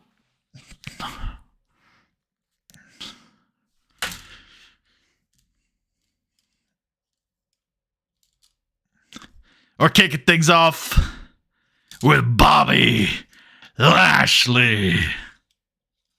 Here comes another ring. He's going to say, look, ladies and gentlemen, I've always prided myself on staying grounded, on being humble. And I intend for that to continue. But, you know, a couple months ago when I beat Chavo Guerrero to become the World Heavyweight Champion, it was like a dream come true. And I felt on top of the mountain. And every day and every title defense since then, it has become clearer and clearer the truth and the reality of the situation. I have worked my ass off to get here, and the fruits of that labor have meant that I am the best on Thursday nights, perhaps in the entire WWE. I've beaten Chavo Guerrero. I've beaten Triple H. I've beaten Shawn Michaels. I've beaten John Bradshaw Layfield. I've beaten The Undertaker. I've beaten Vladimir Kozlov. And last Saturday night, I entered a championship scramble, a match in which I didn't have to be pinned. I didn't even have to be in the match to lose my World Heavyweight Championship. And I entered, and I made that match my own. And I walked out the World Heavyweight Champion. When I started, and over the first few months of my World Heavyweight Championship reign, I stood across the ring from guys like Triple H, from guys like Shawn Michaels, from guys like The Undertaker, legends. Legends of the past. And I've come out on top. I do not mean to disparage those names, but I think it's become abundantly clear that the future of SmackDown is not in those legendary names, is not in the giants of the past whose shoulders I stand upon today. The past is past. I am the World Heavyweight Champion, and it's time for the future to step up. I have gone through everything that has been thrown at me. I am always ready. And I plan on being the World Heavyweight Champion until someone hungry enough comes along and takes it off of me. What's up? What did I say? No, nothing. Just what I'm writing here. Bobby Lashley plans to be World Heavyweight Champion until someone can beat him. Good idea. I like it. Well done, Bobby. Well done. Any additions, changes? I think that's great. Yeah. Okay, cool. He's that damn good. Yeah, pretty much. I think it 6? should. Yeah, I think so. Absolutely. Actually, what do you want to call this angle? It's either generic or there's just enough there for it to be a character development. We'll go with character. Cool. I have to piss again really quick. I apologize. No, it's okay. 1 sec. Cool. No worries.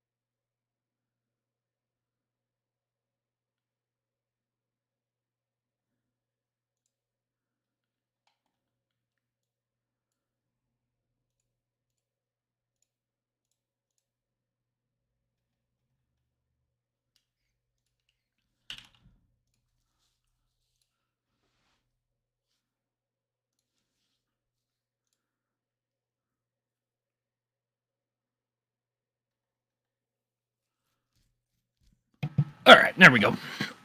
Cool beans. I really should have thought about what we were doing next while you were gone.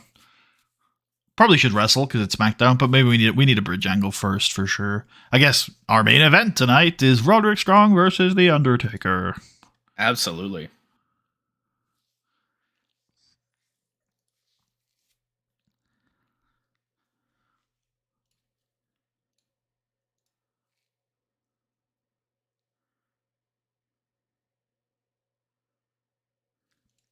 All right. Yeah, so I guess we should probably wrestle here, which I guess can be Alan Jones versus Jack Swagger, I think was this week. Yeah, because we haven't. Yeah. Okay. I think so. Let me. Oh wait, no. I realized now. I don't think we've done I was just going to say, actually. I don't think he. Yeah. Yeah. Cool. We need to do the angle first. That match is happening tonight, but we need to do the angle first. Yes, I see it there now. Yeah. Okay, so that's a little bit later then. Some cruiserweights would make sense really to me. Based, right? Yeah. Wonder if Psychosis can fight somebody. Sounds fun. Psychosis against Nobunaga? That is the match. I'm sure that is the match. That's the match. Yeah. Never before. Let's go. Not in this game, at least. Yeah. Yep. Cool. All right. This can have some time, like 6 minutes, maybe. Yeah, that's what I was thinking too. Perfect. Cool. I hope his new character idea was man who loses to psychosis, because that's what we had in mind. I can check that really quick. Let me see. Sorry, that's promises. Oh, it's just a character idea. Yeah. I thought it said a creative. Oh. We got a creative finish from Jack Swagger. I thought they were both finishes. I don't know why. We can apply that character idea to Nobunaga. We can. Let's do it. It's gonna backfire. Hopefully not, because he's already cold. Okay, Nice. It did. It was good. Yeah, perfect. Are Triple H and Shawn Michaels? How's their happiness? Because I think we have ideas for them. Triple H especially. He's only happy. He's only happy if we have a specific character idea that can only be applied to Triple H. Okay, we do not. All right, very well. We can check Shawn at least, though. Indeed. He's very happy. I don't think that's the max, but we don't care as much about Shawn. But we can. Yeah, I'm down. Yeah, let's go for it. I don't think Don't it'll bump fuck up. him that high. It fucked up. That's okay. That's unfortunate. That's okay. That's okay. It is okay. It's fine. It's fine. It's fine. Gonna be okay. It's gonna be okay. Fuck! Fuck, right. man. Do we have Psychosis call out Christian? Yep, I like it. Cool. Psychosis, 2 minutes. He can grab a microphone and he can say that he has defeated his rival, so now he wants to scale the mountain. Nice.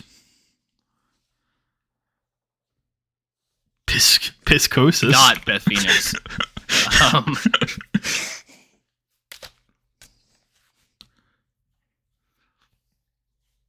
Piscosis. You did piss. That was the first thing you typed.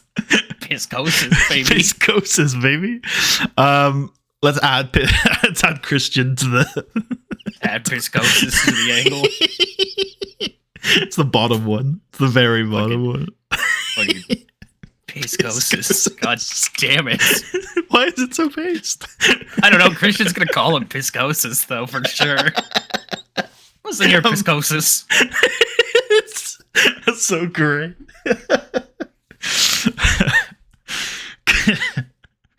All right, let's do that angle then. Backstage, Alan Jones confronts the Idol Stevens and demands a rematch to settle their rivalry once and for all. Stevens mimes like he's considering it and then goes, no. And then Jones will sadly begin to leave. And then Steven says, well, hold on. Actually, Jones, tell you what, maybe that is a good idea because you're not the only one who has followers. You know, I said last week that I'm the new moral leader of the WWE, and I wasn't kidding. You know, my success is infectious. So many people have come to me and asked what I do to be as successful as I am, and that only increased once I beat you. So, I'll tell you what. I will give you the rematch that you seek, but on one condition. You have to beat one of my disciples. You have to beat somebody who I've been coaching over the last few weeks. Because, quite frankly, I don't think you can. So, tell you what. if you beat my newest disciple, I'll let you have a rematch. You can fight him later tonight. Oh, who is he? Maybe that's a bit of a surprise. Oh, okay. Sorry, I said the name earlier anyway.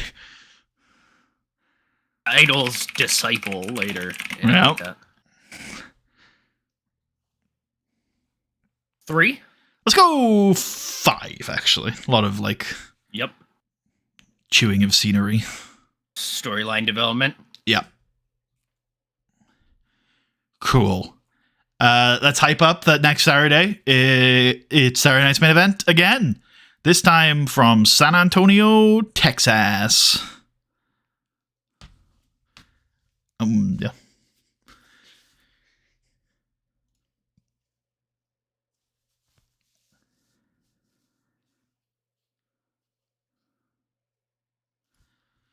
Cool beans. I want a tag team match with the women. Oh, With the women. Oh my with the god. women. I know. This man's I know. lost his mind. You've apparently lost your mind. A little bit. Let's get Kelly teaming up with Tiffany Terrell to take on Rosa Mendez and Layla. The team Go on. KT2, I guess. True. Cake. What? True. KK. What? I was gonna say KK and TT, but I don't think I want to say that. Nah, it's KT2. Okay, sounds good. I don't know why. It's obvious where the K came from. You were like KK. I was like, whoa. I know. It was only ever going to be 2, but I don't know why. I had the same connotations in my mind. All right. Anyways, here Rosa and Layla are taking on the Clan.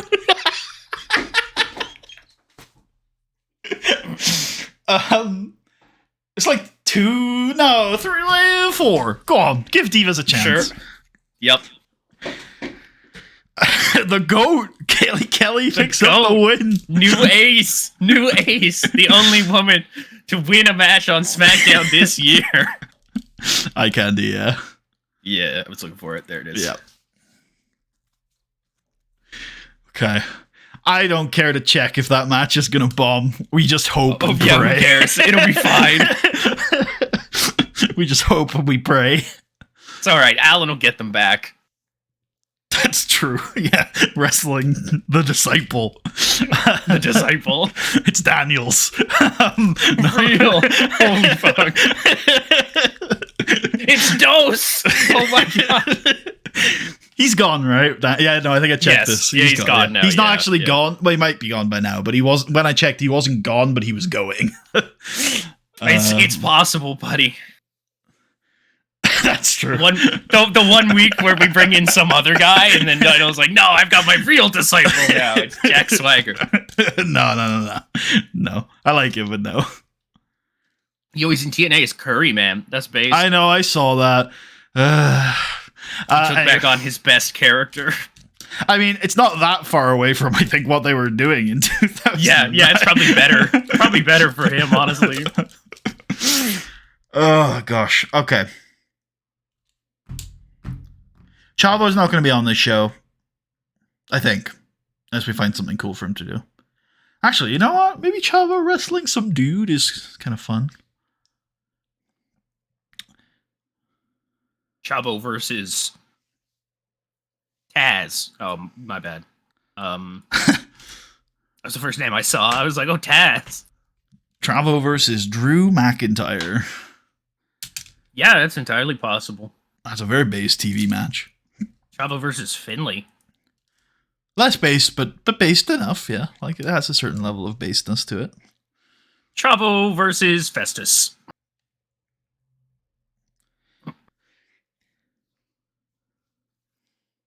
Fair.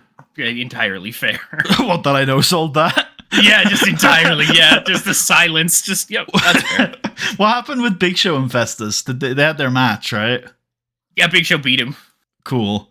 Should we have Big Show cut That's a it. promo here? Like, haha, fuck you. Yeah, sure. Yeah, I'm the best. I am large man. It's probably an interview, I think, how I see it. Yeah, I think I agree. Give me Crystal. Big Show's the real best big man. Is that our new tournament? The real best big man event? Yes. The real world best big man league. Lovely. I like it. 3? Sure. Well, however long you want. Big Show. I recognize the baseness of Big Show. Yeah, he is ridiculously powerful. Yeah. That could also end the storyline if we wanted it to. It's done. Yeah, I think so. If you are done, then Yeah. I built to my match and the match happened. Before we get to that, we should put an angle before that where we see Nat Hart watching on the monitor and nodding. I love it. Yeah. I love it. Working the crowd.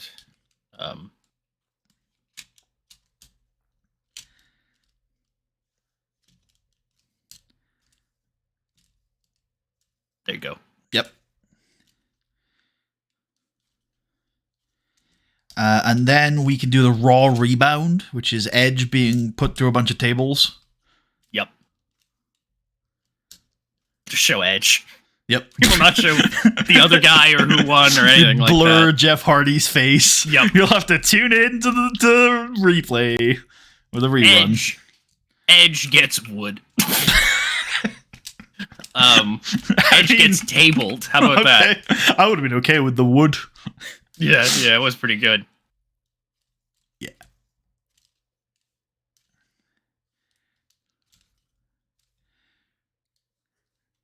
I guess if we are doing Chavo versus Drew McIntyre, it goes here.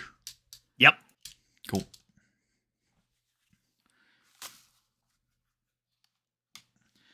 I'm thinking 7. That was a number that came to my head. Cool. Yep. I like that. Chavo wins, open. And let's throw a little protect on Drew McIntyre. Sure. You want the other guys at ringside? You protected Chavo. Oh, real. Excellent. I think no again for the same reason as on Saturday of like, why are they not helping? Understood. Yeah. Ooh, and we could start playing into that because we had a thing a few months ago that we ended up souring on. Not souring, but like we had other ideas. But like we could definitely start doing a thing where interviewers can start asking Drew why the Highlanders aren't there, and just like, why the fuck do you care? Like, I'm the star. Like, I don't need the Highlanders to win. And people can be like, well, you have lost both times that they haven't been there. He's like, fuck off. All right. If I don't notice they're not here, you're not allowed to notice they're not here. Where the fuck are they? They matter way more than me than they should to any of you people. Like, Jesus.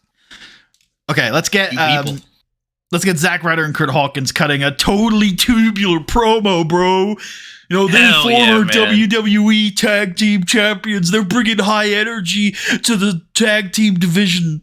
We're gonna rock out, bro. I fucking love it.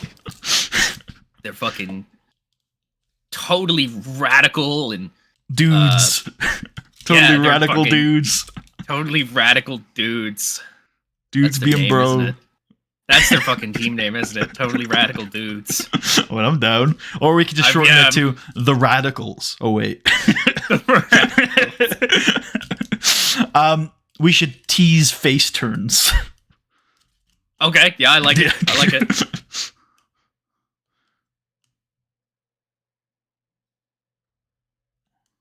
We can also get rid of their goons gimmick.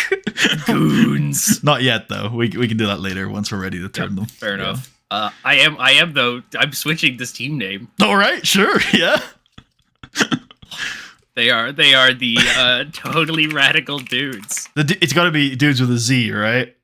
Yeah, of course. Yeah. Okay, cool. Okay, it's pretty base. TRD. They'll need new pictures eventually. They'll need new pictures eventually. Yeah. Why? Because does that man scream totally radical dude to you? Absolutely they do, man. Look at them.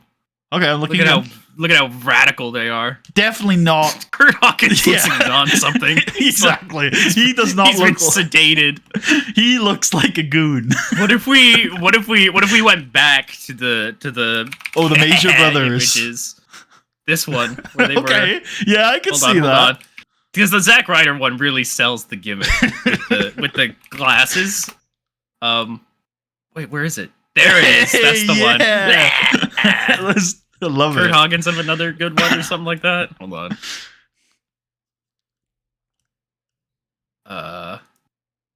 Ooh. Yeah, I like it. Yeah. They are he's the less radical guy, but totally still radical dudes. I love that picture. That's such a great fucking picture. I agree. The sunglasses. Maybe this is where he starts. Zack Ryder. Oh, they call each other by these cringy nicknames, and for Zack Ryder, it's the Long Island Iced Z. I like how this is like our Miz and Morrison depiction ended up so different that this is the Miz and Morrison. And Kurt Hawkins is the Hawk.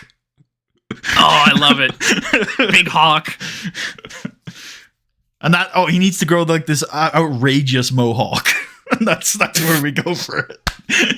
He dyes it various colors.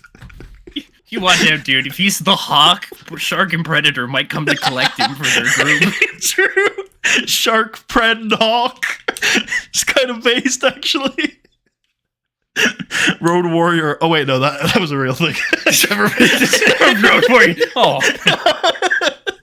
he's dead too. That's sad. Road Warrior Hawk 2. Road Warrior Hawkins. Shit, my headphones just fell off. Jesus Christ. Oh jeez. Okay. I think Gregory Helm should have an interview about the main event. Yep. If arguably this is where the serious note would come into play, because we took it to a funny place and it's time to get serious. real. I think Roddy's not going to say anything. I don't think Roddy's going to be there. Oh, okay. I was going to have him standing in the back doing his neck thing.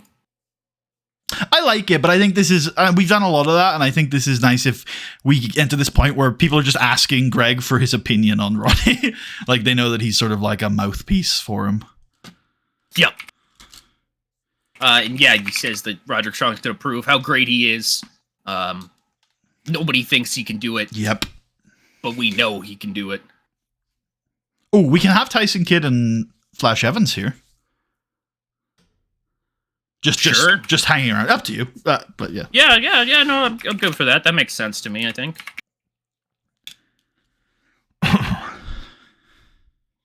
3? Yeah.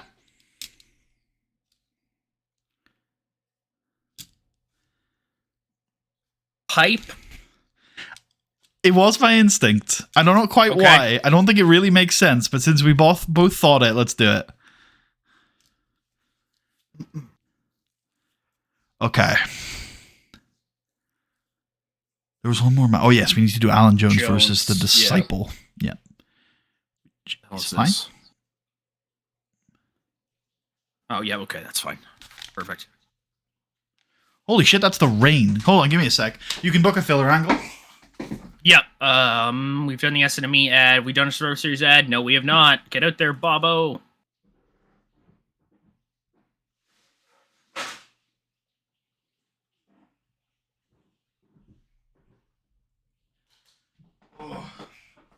Looks like that storm that hit Ireland last night's maybe making its way inland. Fun. Yeah. All right. Survivor Series ads sounds good. We can do Jones versus the Disciple. We should do an angle beforehand where Idol introduces his disciple, the all-American. I love it. Jack Swagger. You represent American values. Unlike you, Alan Jones, with your outdated mindset. You represent the interests of a foreign power. the An Vatican alien power, a non-earthly power. I don't know. All that's un-American. You're stuck in the past, Jones. This is the future. I am the future. And Jack's here too. Yeah, Jack's also here. Oh yeah, Jack won too. Oh yeah.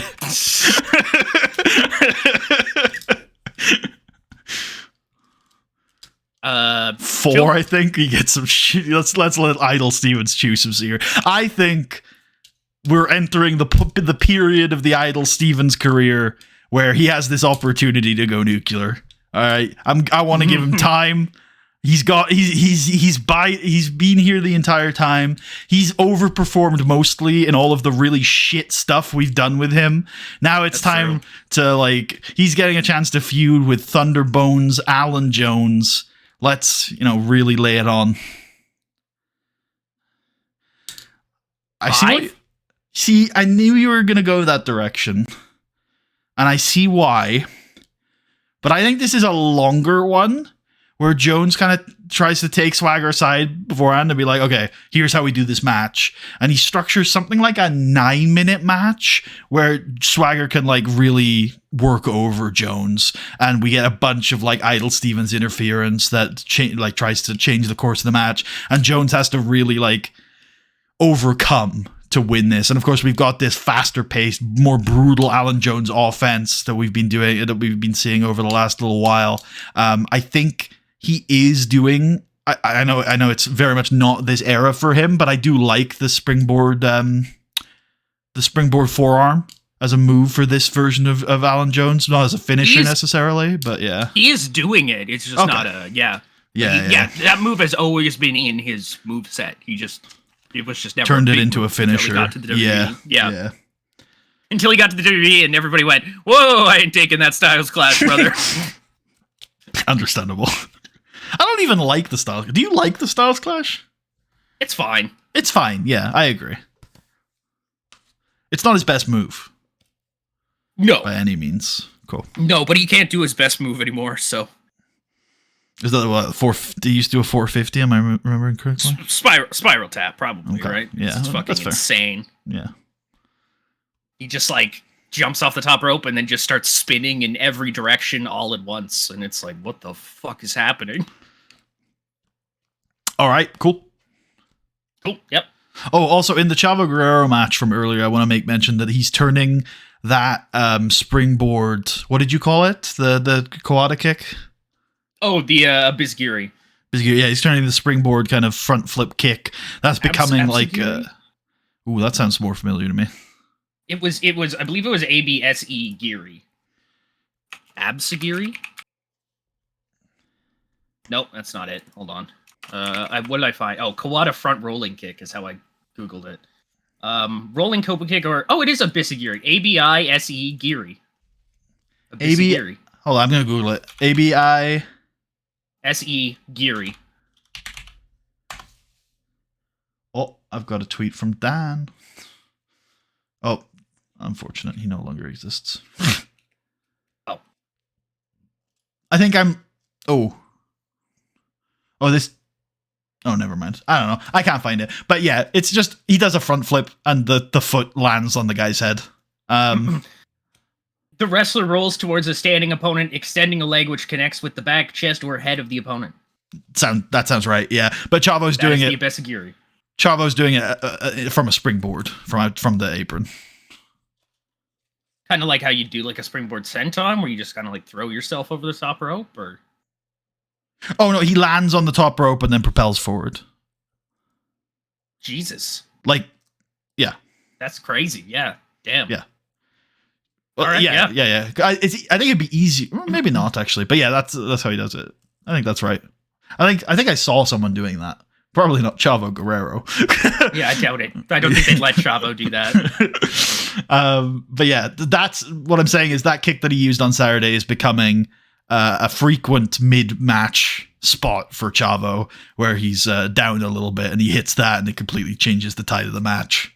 Probably before he goes into a Free Amigos or something. Love it. And Jones is going to win. Did you put Idle Stevens to interfere? Oh, I didn't even put Jones to win. That's based.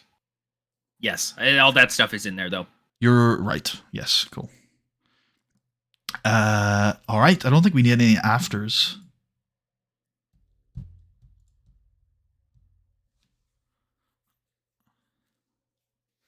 We could end this, I think. This one? Yeah. Yep.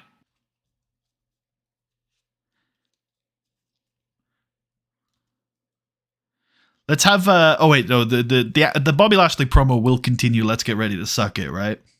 Yep. Cool. Just check the analysis. Did you see any storylines we hadn't continued? No, we got all of them. Cool. What was the last thing we saw Renee and Elijah doing? Elijah Burke beat Alan Jones. Beat Alan Jones. Oh yeah, because of interference. I think maybe a promo in here. They discuss. We were transitioning them to a topic discussion duo, I think.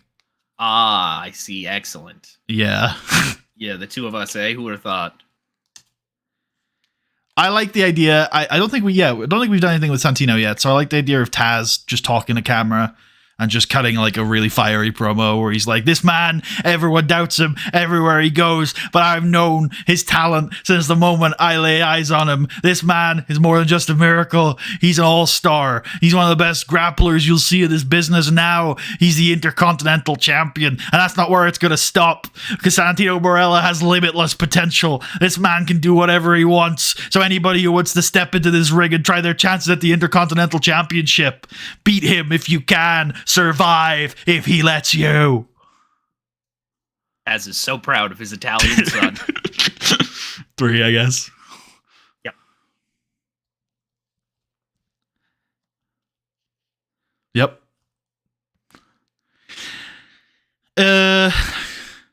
Fuck it.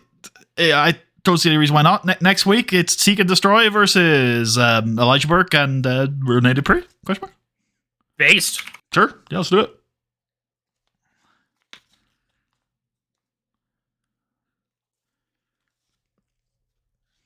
Non-title. Yeah. Okay. I was pitching it as a title match, but I'm like, actually, it could be cool if we do this non-title. Yeah? Yep. Yeah, Cool. absolutely. Especially since I think I know where we'll go with it. So Yeah. I think you do. More content. Yes. More content. Yep. Maybe even at the SNME. Yeah, I think that could be cool. Yeah, it could work. Absolutely. All right. Pre-match. Yep. One thing this stream is letting me know is that I should be more organized with my notes, because this main event, by the way, is also one where I'm sure I've written notes, but I cannot for the life of me find them. So I'm going to be a bit more organized about that. But I still have ideas. Perfect. Okay, so yeah, Roddy first with the gang. So, yeah. The rest of them as background or what? Background, yeah. If you remember, I said that like originally they had this longer entrance where they all posed with the belts, and then they stopped doing it when they all lost the belts. Now they've gone back to it, but instead of posing with the belt, Roddy just raises a finger. Perfect. They do the pose again. He's back. He's got his smile back, Tucker. Excellent. 2 minutes. The Undertaker. Dong. Oh, you've got the dong. Oh, I guess you can't. No, never mind. It's all right. It's okay. It's okay. It's okay. Would be cool one day. Yeah, 4 sounds good to me. Yep. I don't think we need a Justin Roberts announcement of this non-title match. No. Yeah, no. Main event entrances. It's so funny. I feel like at some point in my life, I might have been like, why do we do like 6 minutes worth of our TV time on entrances? And then you watch like an actual episode of their TV, and it's like, yeah, that's how it is. Especially when The Undertaker is entering. We have this pre-booked. This is a strange one for you. You rarely do this. Oh yeah, time.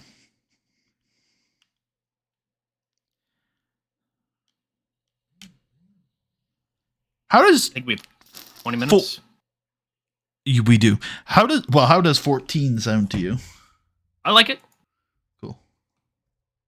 Okay, so spots and ideas in this match. Obviously, Taker is going to do the match that I've been pitching Taker having had all year, which is that he just rocks his smaller opponents at the start of the match with a barrage of strikes, just straight punches. And like, I think this has just been a common spot we've done in basically every Chavo Guerrero match, in which Roddy's going to get lit up with these strikes and then just like duck out of the ring. You just be like, okay, let's take a breather here. Let's relax and try and break that sort of thing. And I think what's going to add here is I think this is the first time JBL is commentating such a match, and he can drop the line of "This is the best pure striker in the WWE." Yes. Really start to sell it. But I think this time, like, Chavo would often try and like run around the ring, get back in, try and break up the pace. On this occasion, we can play it a little bit more cool with the Millennium Boys at ringside, distracting Taker, and then like maybe Roddy can bait Taker into like a drop toe hold onto the steel steps or something.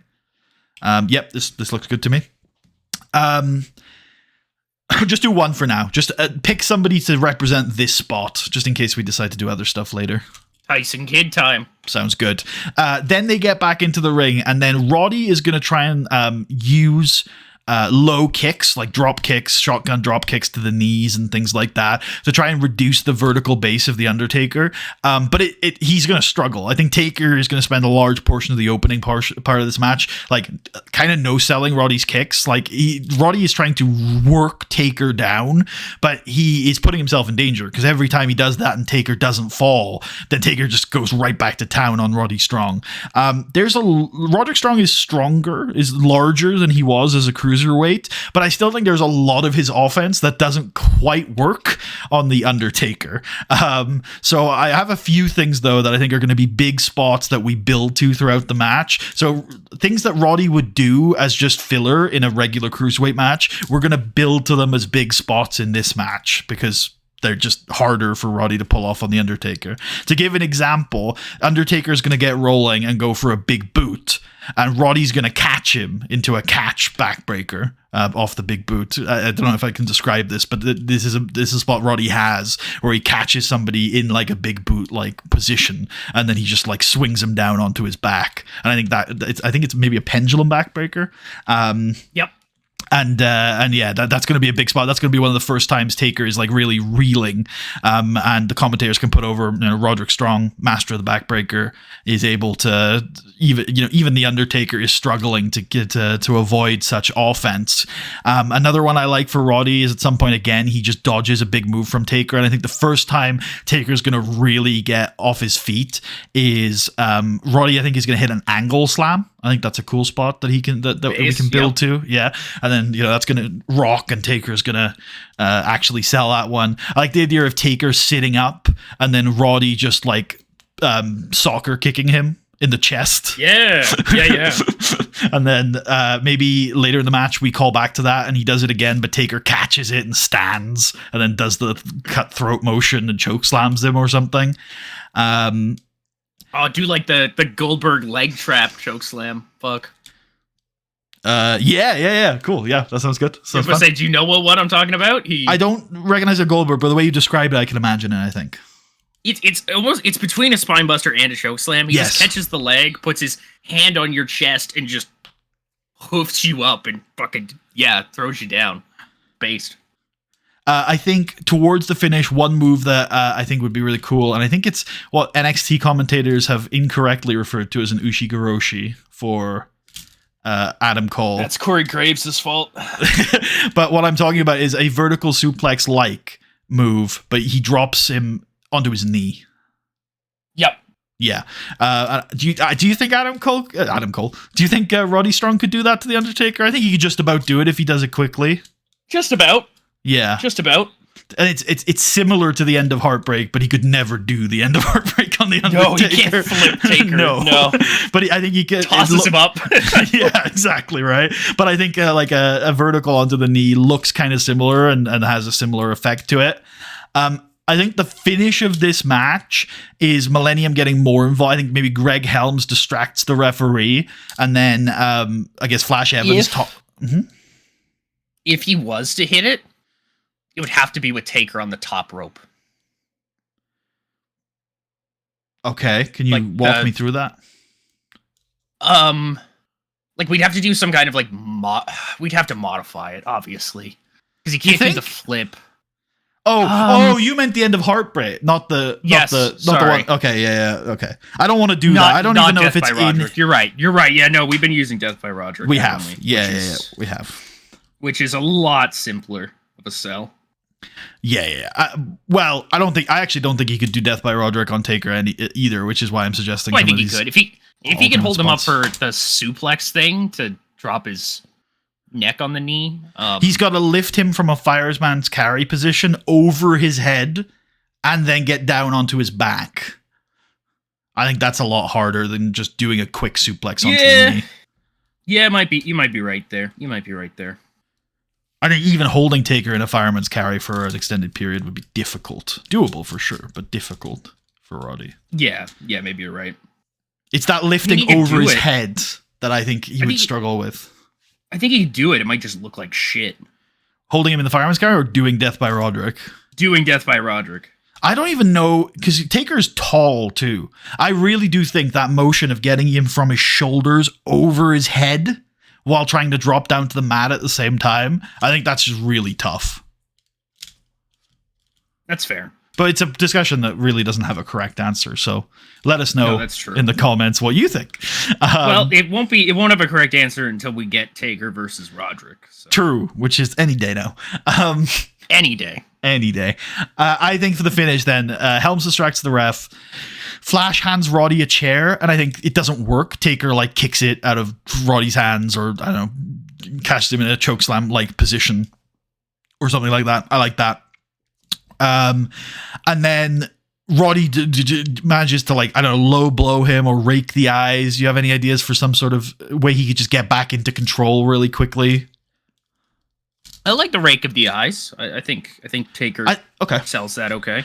I also think that it works for the finish I have planned then, which is Roddy rakes the eyes, Taker lets go of Roddy, Taker backs off stunned by the rake of the eyes, and that lets Roddy hit the ropes and hit that running single leg drop kick that he's been doing, which I suggest we may call the 1999 or just 1999. Ooh, that's good.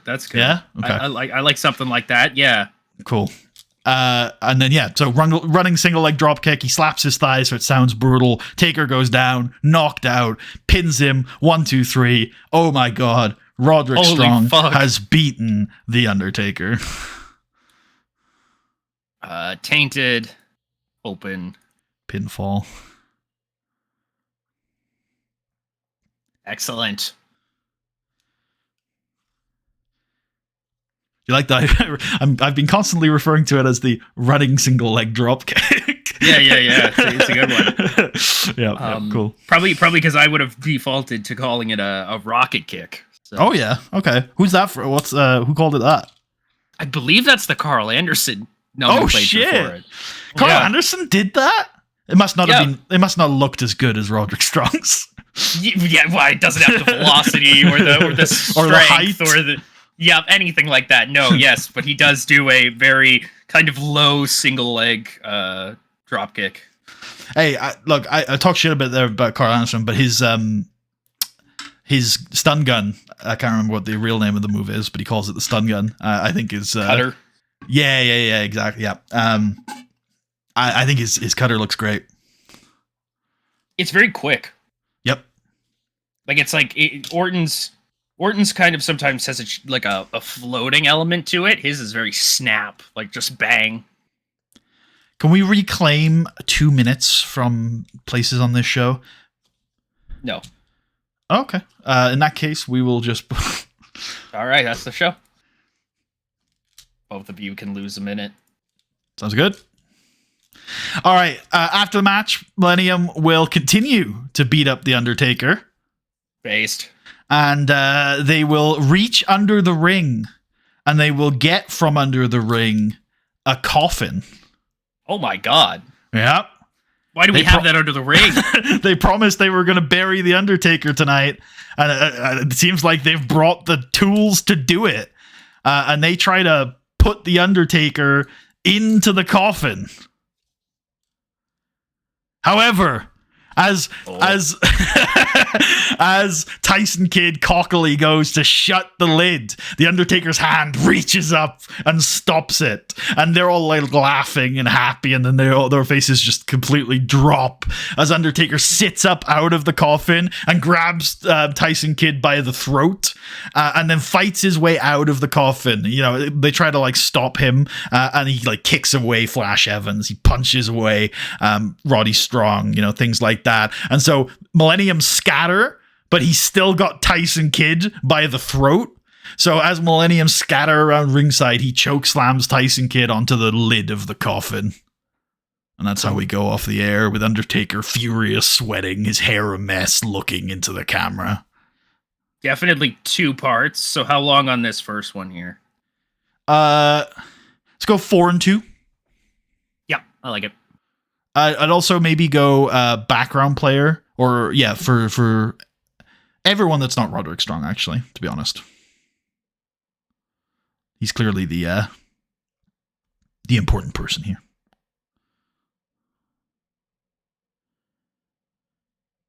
This is still part 1 where Tyson's not that involved. Yep. I'd copy, because you got a lot of guys here. Good call. And they're all in the second part. I go I'm also gonna surprise. change this to serious. Yeah. Yeah. Serious and surprise. Okay, well, at least the conclusion I came to on our big discussion yesterday was that serious is a note basically we would only use in a comedy fed. Oh, well, well, I had said that if you were running one of those, but I think it has a different context. I know you had said that, but I would argue that in a comedy fed, you would never use the comedy content type. Right, which is why different products have different interpretations on these notes, on these content types. I disagree. I think they should be universal. Okay, well, fuck. We're back. I'm just trying to think if I want to have this discussion and in what way. I'll go generic. You know, I hate that, but that might be what I have to accept.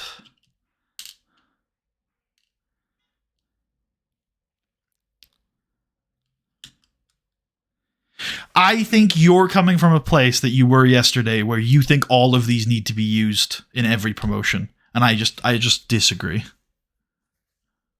Oh, yeah. Okay. Yeah. All right. We'll just leave it there, I guess. Yeah, no, I think that's fair. Yeah. I hear what you're talking about.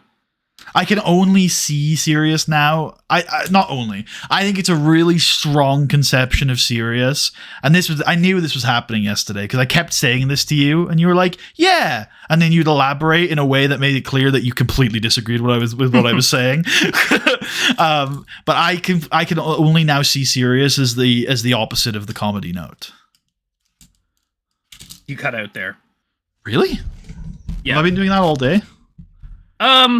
You've been doing it on and off for like the past 30 minutes or so, but it's not been like, I never have lost anything significant. Nothing like action related.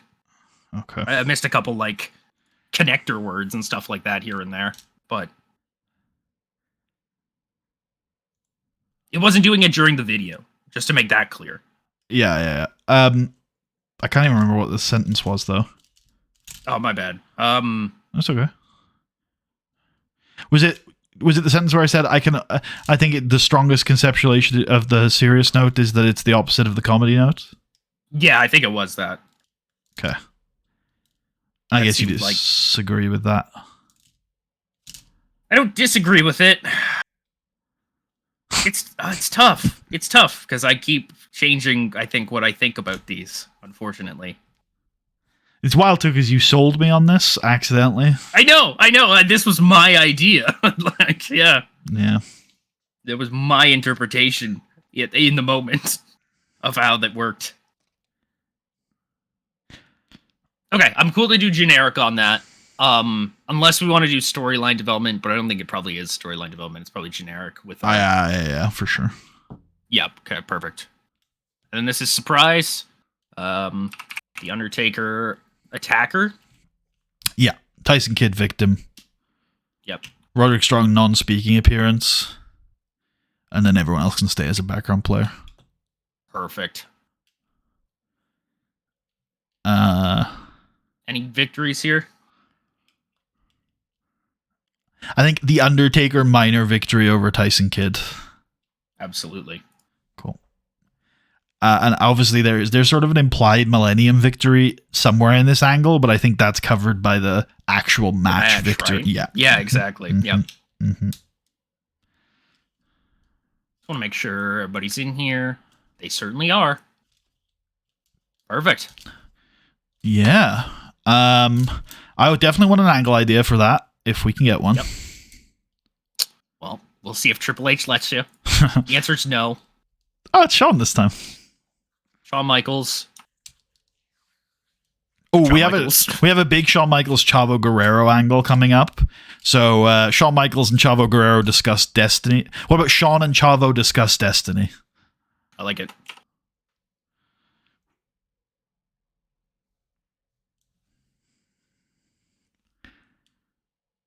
Not the. Never mind. I'm not going to make that joke. Yeah. No, fair. I did the exact same thing for a second. I was like, what a funny angle that would be. Yikes. All right, angle idea. Yeah. Indeed, yikes. Oh, no, buddy. It's Randy Orton. All right. I'm willing to go one more here. Randy Orton demands loyalty. I like it. All right, one more. Come on. Thank you. What one was this for? Sorry. This is for so maybe like Stable fails to bury man. Yep. Cool. Thanks, Shawn, and thanks, Randy. If I say I already don't remember either. Okay, perfect. Perfect. I think we can run this show. I agree. Any of these that do anything, just check in here. Oh, they don't like and. Oh. Shawn _ Chavo. This will never be used. Never ever. What's Dead Man? Is it just a character idea? Yeah. Character idea, yeah. How is Taker doing? I assume he does not need a character idea, but out of curiosity. He's good. White hot, extremely happy. Yeah. He's having a good time right now. He is. Any dark matches? We could have some big wrestlers wrestle after the show, but I don't think we need to be honest with you. Yeah, it's totally fine with me. Okay. Yeah, I'm if you want to book something, I'm happy to listen to it, but my instinct would be this is okay. What about my first thought was DX against Deuce and Domino, but I feel like we've done that one. Yeah, and DX don't exactly need to be wrestling right now. No, you're right. Okay. Cool. Let's do it. Let's do it. SmackDown intro. Big Bobbo. Big Bobby Lashley. I'll be a son of a bitch. Wait, we're in New Orleans. I don't think we were supposed to be, were we? Or were we? Yeah, we were. Oh, great. Glad. We got our main event. Hell yeah. Right now. Oh, shit. There it is. True. Yes, does quite well. Psychosis beats Nobunaga. The guillotine leg drop.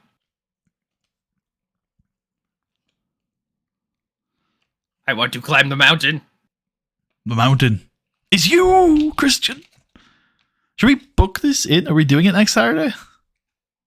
Are we doing it like next Saturday? We could. The other option is it's a TV main.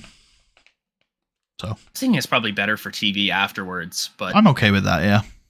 Okay, we'll leave it then. You constantly underrate Psychosis, though. Real. But I am fine with it. Yep. Yep. Well, good shit, buddy. Yeah.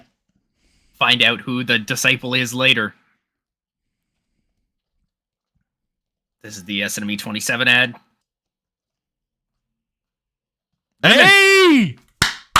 Yo, KT2 is the new Jumping Bomb Angels. Holy! Kelly This Kelly is- with a 65 in-ring performance. She's the worker, brother. Well, this wasn't eye a candy candy match, but Yeah. okay. That hard looks on. This does really well. Big Show's the best big man in the world. Nobody can beat him. Not even Bobby Lashley.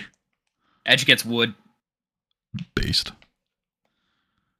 Chavo beats Drew McIntyre with the frog splash. TV banger shit. alert. Yep. Blah. Totally tubular, dude. We're radical as fuck, man. Tell him, Hawk. Tell him Z. Yeah. I like Tell him Hawk though. That's a good thing to steal. I like Tell him Z. I like cutting down. He is the Long Island IZ, but we'll just call him Z for short and only use the full name every now and then. I like it. Yeah, they're Hawk and Z. Hawk and Z. All right. This has breathed life into this tag team, Tucker. We've got this. Hell yeah, it has, man. All it took was them becoming the Outrunners. All it take was embracing that they're dweebs. Basically, yeah. Oh yeah, you never would. You would not have seen anything from the Outrunners, would you? I don't know who that is. Yeah, they are two kind of memey guys, Turbo Floyd and Truth Magnum. I love Turbo. Actually, I love both those names. Holy. They're the youngest men alive. They've been wrestling since like the 1900s, and they're the Outrunners, brother. They're basically just 80s. They're basically just both doing Hogan. But as a tag team. I love the youngest men alive. That's one I'd like to steal for this. The youngest men alive is really fucking good. Yeah. It's awesome too, because I want to say they're probably both like late 20s. Maybe one of them's like mid early 30s, but they both look like they're 40 plus, calling themselves the youngest men alive. It's a good fucking gimmick. Sounds like a Seaverse team, honestly. Kind of is, yeah. It's definitely born out of that sect. It would not shock you probably to learn that that's an AEW team and they're quite popular. Yeah. So it would also not shock me if they were like an NXT team. That's true. Yeah. Shawn Michaels NXT especially, right? Yeah, sure. Yeah. Shawn NXT loves the memeier side of the territories. And also the new gen era. Shawn loves bullshit and gimmicks, really. I mean, kind of based. It is kind of based. I genuinely, I think I've done this before, but I go back and forth a lot on whether or not I think he's a genius or a fucking moron. It's either or. I don't know both. Which it is. It could be both.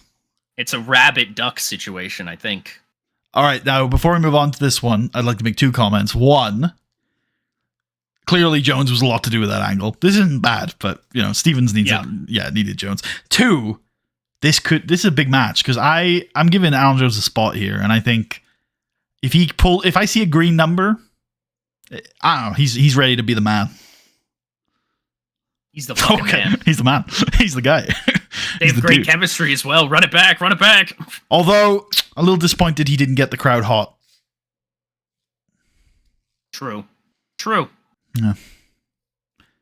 But congrats. I guess they have their rematch. There's a lot of these things where I booked for TV, but they're naturally sort of reaching their pinnacle at a time where they could just go on the TV special. I think this one could for sure if we wanted to do that. No, actually, it's going to go on TV. Okay. Because I see here that I've got a little bit of content before the match. Cool. Perfect. Taz loves his son. He's very proud. Yep. As am I. Next week. Yep. Non-title. It's Seek and Destroy. Versus E&R. ER. The Accident and Emergency Room. Ear. Are you okay? Yes. All right. Okay. Thought you had a stroke there for a second. No. All right, here we go. Getting ready for this main event. Hot and rising. Oh, nice. Where did that come from? This. All right. Let's do it. This will be a curious one. Yeah, okay. Yeah, okay. This tells me nothing. This this is not bad, this was fine. nor good. Yeah. This was fine. Acceptable. Yeah. I do think He hit it. No, he didn't. I do think this would be in thinking about booking this match. I do think this would be a kind of awkward match to book in real life, or to put together. But I like to think that the angle that I took was the fun one. That's interesting, yeah, because my first thought is just like both these guys really get wrestling. It would work no matter what. I just think Roddy's style tends to be quite demanding, and I think that The Undertaker is a particularly ungainly man. Oh, okay. No, even like in his base period, like this era, he's huge. He is uncomfortably large. He is difficult to yeah. He's very large. Watching that Survivor Series 08 thing, I was stunned at how quick this guy moves still. Taker? Yeah. He hits the ropes. For sure. He starts hitting the ropes to do his flip clothesline, which he can't do the flip anymore. He kind of just like jumps and then lands in a funny way, and it maybe looks like he's rolling a little bit. But he hits the ropes and you hear the whole ring go Gurk! Like it's gonna just collapse. I'm like, oh my fucking god! Like there's a second of like, this dude hits this with so much speed. Like, holy shit! I mean, just doing the Taker dive. I know he doesn't do it that often, but that's crazy. Yeah, no, and he does old insane. school, like every big match. Still, he walks the ropes and does the jump like he's. And he does a leg drop on the apron. Yeah, I mean I think in some aspects he's underrated for sure, but he's huge. He's very large. Humongous. Yeah, and I mean I'm sure you could look at some matches. I can't think of one off the top of my head because maybe they just decided to avoid doing it. Where you think of guys that do a lot of power spots. Like I bet because obviously famously it never happened, but I bet the John Cena Undertaker match would have been weird because I just don't think Cena would have been able to do a lot of what he would want to do. Not because he's freakishly strong, sure, but like Taker is abnormally large, and I think the Cena Big Show matches show that. Like some of they specifically do what I tried to do here, which is they pick a couple of power spots and they build to them, whereas I think Cena would and the Roddy would like to do multiples of them throughout the match. And that's why I like the Big Show so much, unironically. Is because he causes like a completely different match structure to everything else. You have to take like a very different approach to how the match is set up. Mostly, again, yeah, like you said, focusing it around maybe 3 or 4 kind of big spots that you want to get in there, accommodating for his size and weight and stuff like that, what you can pull off. And there's a reason why one of the most iconic spots in this company's history is the body slam of Andre, right? Yeah, exactly. It's exactly that kind of mentality, I guess, that I really like about having the Big Show in there, even though he himself doesn't always live up to what I think he is. I mean, I mean, maybe I'm a little harsher sometimes on Show because of how over you are on him, but like, he's very competent at a lot of the stuff he does, and once he loses the weight, he's pretty fucking good.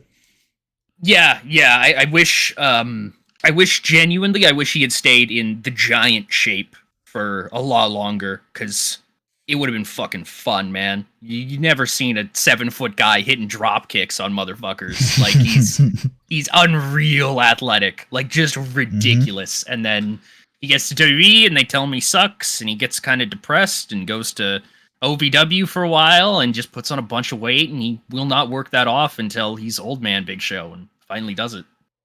Yep. And then he gets that run in like, I can't remember the exact year, but it's like 2010, 2011 with Henry 12, yeah. and Daniel.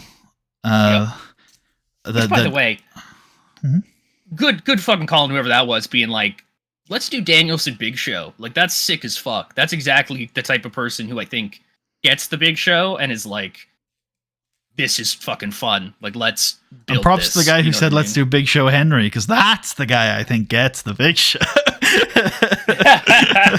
Yeah, no, but the Mark Henry stuff is, I mean, the Mark Henry stuff is fucking great. Like, yeah, that whole run is, they're doing so well. Yeah, I mean, we do those spots a lot, but just that run, and I might be rose-tinted goggles, this is as well, I might be rose-tinted goggling a little bit here, but I feel like the Henry Big Show stuff from that era is like, we've got two big men, we're going to do a stereotypical big man feud, but these are two very competent big men who are performing at a great level, and we're just going to like do the perfect version of the feud. Like, we're going to do the big crazy spots, like the ring's going to explode and shit, but like, it's two big men who could actually work and are pretty over and have good both of them characters. Both of them have upwards at that point of 15 years of experience. Yes. Both. You know what I mean? So, yeah. And it's good experience too. Like Henry definitely, Big Show to a lesser extent, but they've both aged well. They've taken lessons. They've learned, and also Big Show's motivated at that point, right? A little bit more so than he would have been 5 years previously. For sure. So, because like there's a difference between like experience and like good experience, if you know what I mean. Like there's people that, yeah, you know what I mean. But yeah, both men have definitely aged well. Ronda I feel Rousey. Like can't comment. I just mean the bad experience. She got worse over time as she adjusted more to Okay, I agree with that, but I would. That's it was not your point. But no, it's a different phenomenon. Yep. Cool. I mean, yeah, I know you know this because the words you've said indicate that you do, but just to clear for the audience, I didn't mean people who get worse over time. They're just people who don't get better over time. Yeah.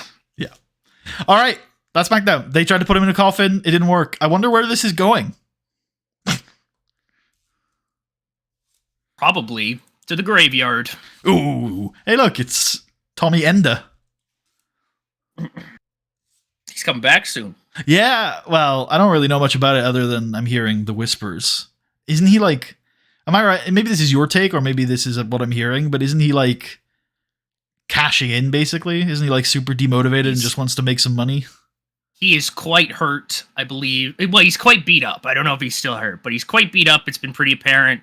Yeah, he's mostly either looking for, because I mean, the other thing that I've read is that he'll just retire maybe. Which I don't think will happen because the WWE will drive a truck full of money to his house and be like, okay, I'll come to work once a week. But yeah, he's been checked out ever since the AEW stuff happened. My favorite, this is funny, you'll pop for this actually. Okay. The whole run and stuff like that, there'd been this constant thing where he won't take pins, he won't lose to anybody. I love it. He refuses to. And so whatever, they finally like wrote him off TV essentially. So they had his stable, which is Brody King, Julia Hart, and Buddy Matthews, and they're like, oh, we don't listen to like one voice anymore. We're a pack of wolves, and we hunt together and stuff like that. Believe in the Shield. But essentially, it's like the video package has them with a dog. And my favorite reply I saw to that was, I bet the dog will lie down when you ask him to. I was like, holy fuck, that's like, fucking got him. Like, Jesus. Yeah, just, I love that one too much. I thought it was funny as fuck. All right. What is this? Oh, this is the house shows. Okay, yeah, let's do it. Which I think will just be setting a single Mid-South and then leaving it for the Wednesday. 3 days, yeah, so... Yes, so where is it? House shows. This will be, we're just going to do Mid-South. And then this will stick until... Is New Orleans isn't New Orleans isn't in the Mid-South, right? No. Where is that? Is that Southeast? That's Southeast, yeah. Did you maybe want to throw one of our house shows next week onto the Southeast just so that we can do that and not have to switch them on the Wednesday? Sure, yeah, we can do that. I like that. That works. Which one do you think is better, the first or the second? I don't really mind. We'll go first. We'll go Southeast, then Mid-South. Cool. Keeping in mind that the Southeast will then be the Raw show and the Mid-South will be the SmackDown show. That's tough because they're both in Texas next week. Yeah. Who's the furthest east though in Texas? What have they got? They've got We've There's got Houston and Austin. Houston, if I recall correctly, is quite west. Or sorry, I mean east. Quite east. Okay, hold on. You appear to be correct. I've lost Houston now, but I think you're correct. So that would be the raw one. It's pretty east. Where's the other one in Austin? Austin, which I think is quite south. It's kind of central. Okay. Yeah, it's pretty central. Well, it's pretty south. It's central if you compare it to Dallas, San Antonio, and Houston. It's pretty south if you compare it to the whole state. Okay. So it would make more sense to whoever's in Houston to be the Southeast show. Which is Raw. Yep. All right, cool. Sounds good. Perfect. Sounds good. And I'll set another one of those for. Also, if we in our headcanon said that house show is in Lafayette, I think that makes sense to me. It's quite close. This day here, and we will say Next Friday. Yep, that's the 31st. Halloween. Woo! Woo! Woo! Perfect. Halloween SmackDown episode or what? We talked about it, I think, and I think we decided against it. Yeah, well, I mean, it's hard to. We It's can hard to do work all your stories into some kind of format like that. Yeah, well, I think it's more just it didn't fall on the exact day for me. Is why I was. Oh, I see. That's fair. But I think we could do like we put the like orange graphics up. On the Thursday, but it's not a Halloween show. But there's orange graphics, and we put some pumpkins up on the stage. I like it. I like that. Cool. We've got Living the Dream. Nice. Easy. Are we streaming tomorrow? Yep. Okay. Let me just check time for you before we get off. Yeah, no worries. I got nothing tomorrow, so it's whenever. Yep. I will mostly be fine. I just need to plan around one thing. Oh, Jeff Hardy is now number 5 on the franchise players. That's cool. Can you do the somewhere around 3 that we usually do on Saturdays? Yeah, absolutely. All right, cool. It might be a little before, so I mean, you just let me know when you're around, but I'll be there 3 at the latest. Awesome. I'm just checking here. Do I have anything? Did I judge too harshly? What is that? This was the Who put out a thing where it was just all of his info, like without any stats or anything like that. So I was like, oh, that was kind of based. I was like, that's very nice. Did I judge him too harshly? And then I was like, this thing is so massive. There's almost 10,000 worker names in here. Like, whoa. Like, I was like, whoa, this is a lot. I was looking for, oh, there's none in there. Okay. I guess you didn't judge too harshly. The 1992 one have the AT&T Arena? Surely not, right? Oh. AT&T Center? Is that it? I don't know. Do you want me to look it up, or are you doing it? You're doing it. It is the AT&T Center. Aha! I have one. Nice. And I'll have to edit its name, I think, to put a... If you want to import those companies I made, you're going to have to do it by next week, because I've got one to open on November 1st. Yeah, I'm down to do that. Yeah, absolutely. I can do that. I'll do that tonight. I've got to send you the database then. What was the... Oh, duh. I was like, what the fuck was that thing called? There it is. You should probably make the pictures before you import, so that you can set them correctly to whatever you want to call them in your folder. Good call. Yeah. There we go. Texas. Oh, it has geotags on it as well? Oh, maybe we did judge him too harshly. Oh wait, no, that's a different. That was the mod. 92 mod. Yeah, Unlucky. The 92 mod is quite good. It's set up for that. I think that's a flash operation. Yes. So I should be able to tell pretty quickly what it is. Hold on. I'm not holding on. I'm getting out of here. Thank you all for watching. The Chronicles team. Oh, Fleisch, Skycrasher, and Mildly Amusing. There you go. Huh. I think I was briefly on the Chronicles team. Anyway. That's awesome. I didn't do fucking anything, bro. I was like the Japan correspondent for like a week. That's heat. Yeah. All right. Thank you all for watching. I hope you all enjoyed. And we will see you tomorrow for the Go Home shows, to the next SNME, the last SNME before Survivor Series. Tucker, say goodbye so I can see that you've been being picked up this whole time. Goodbye.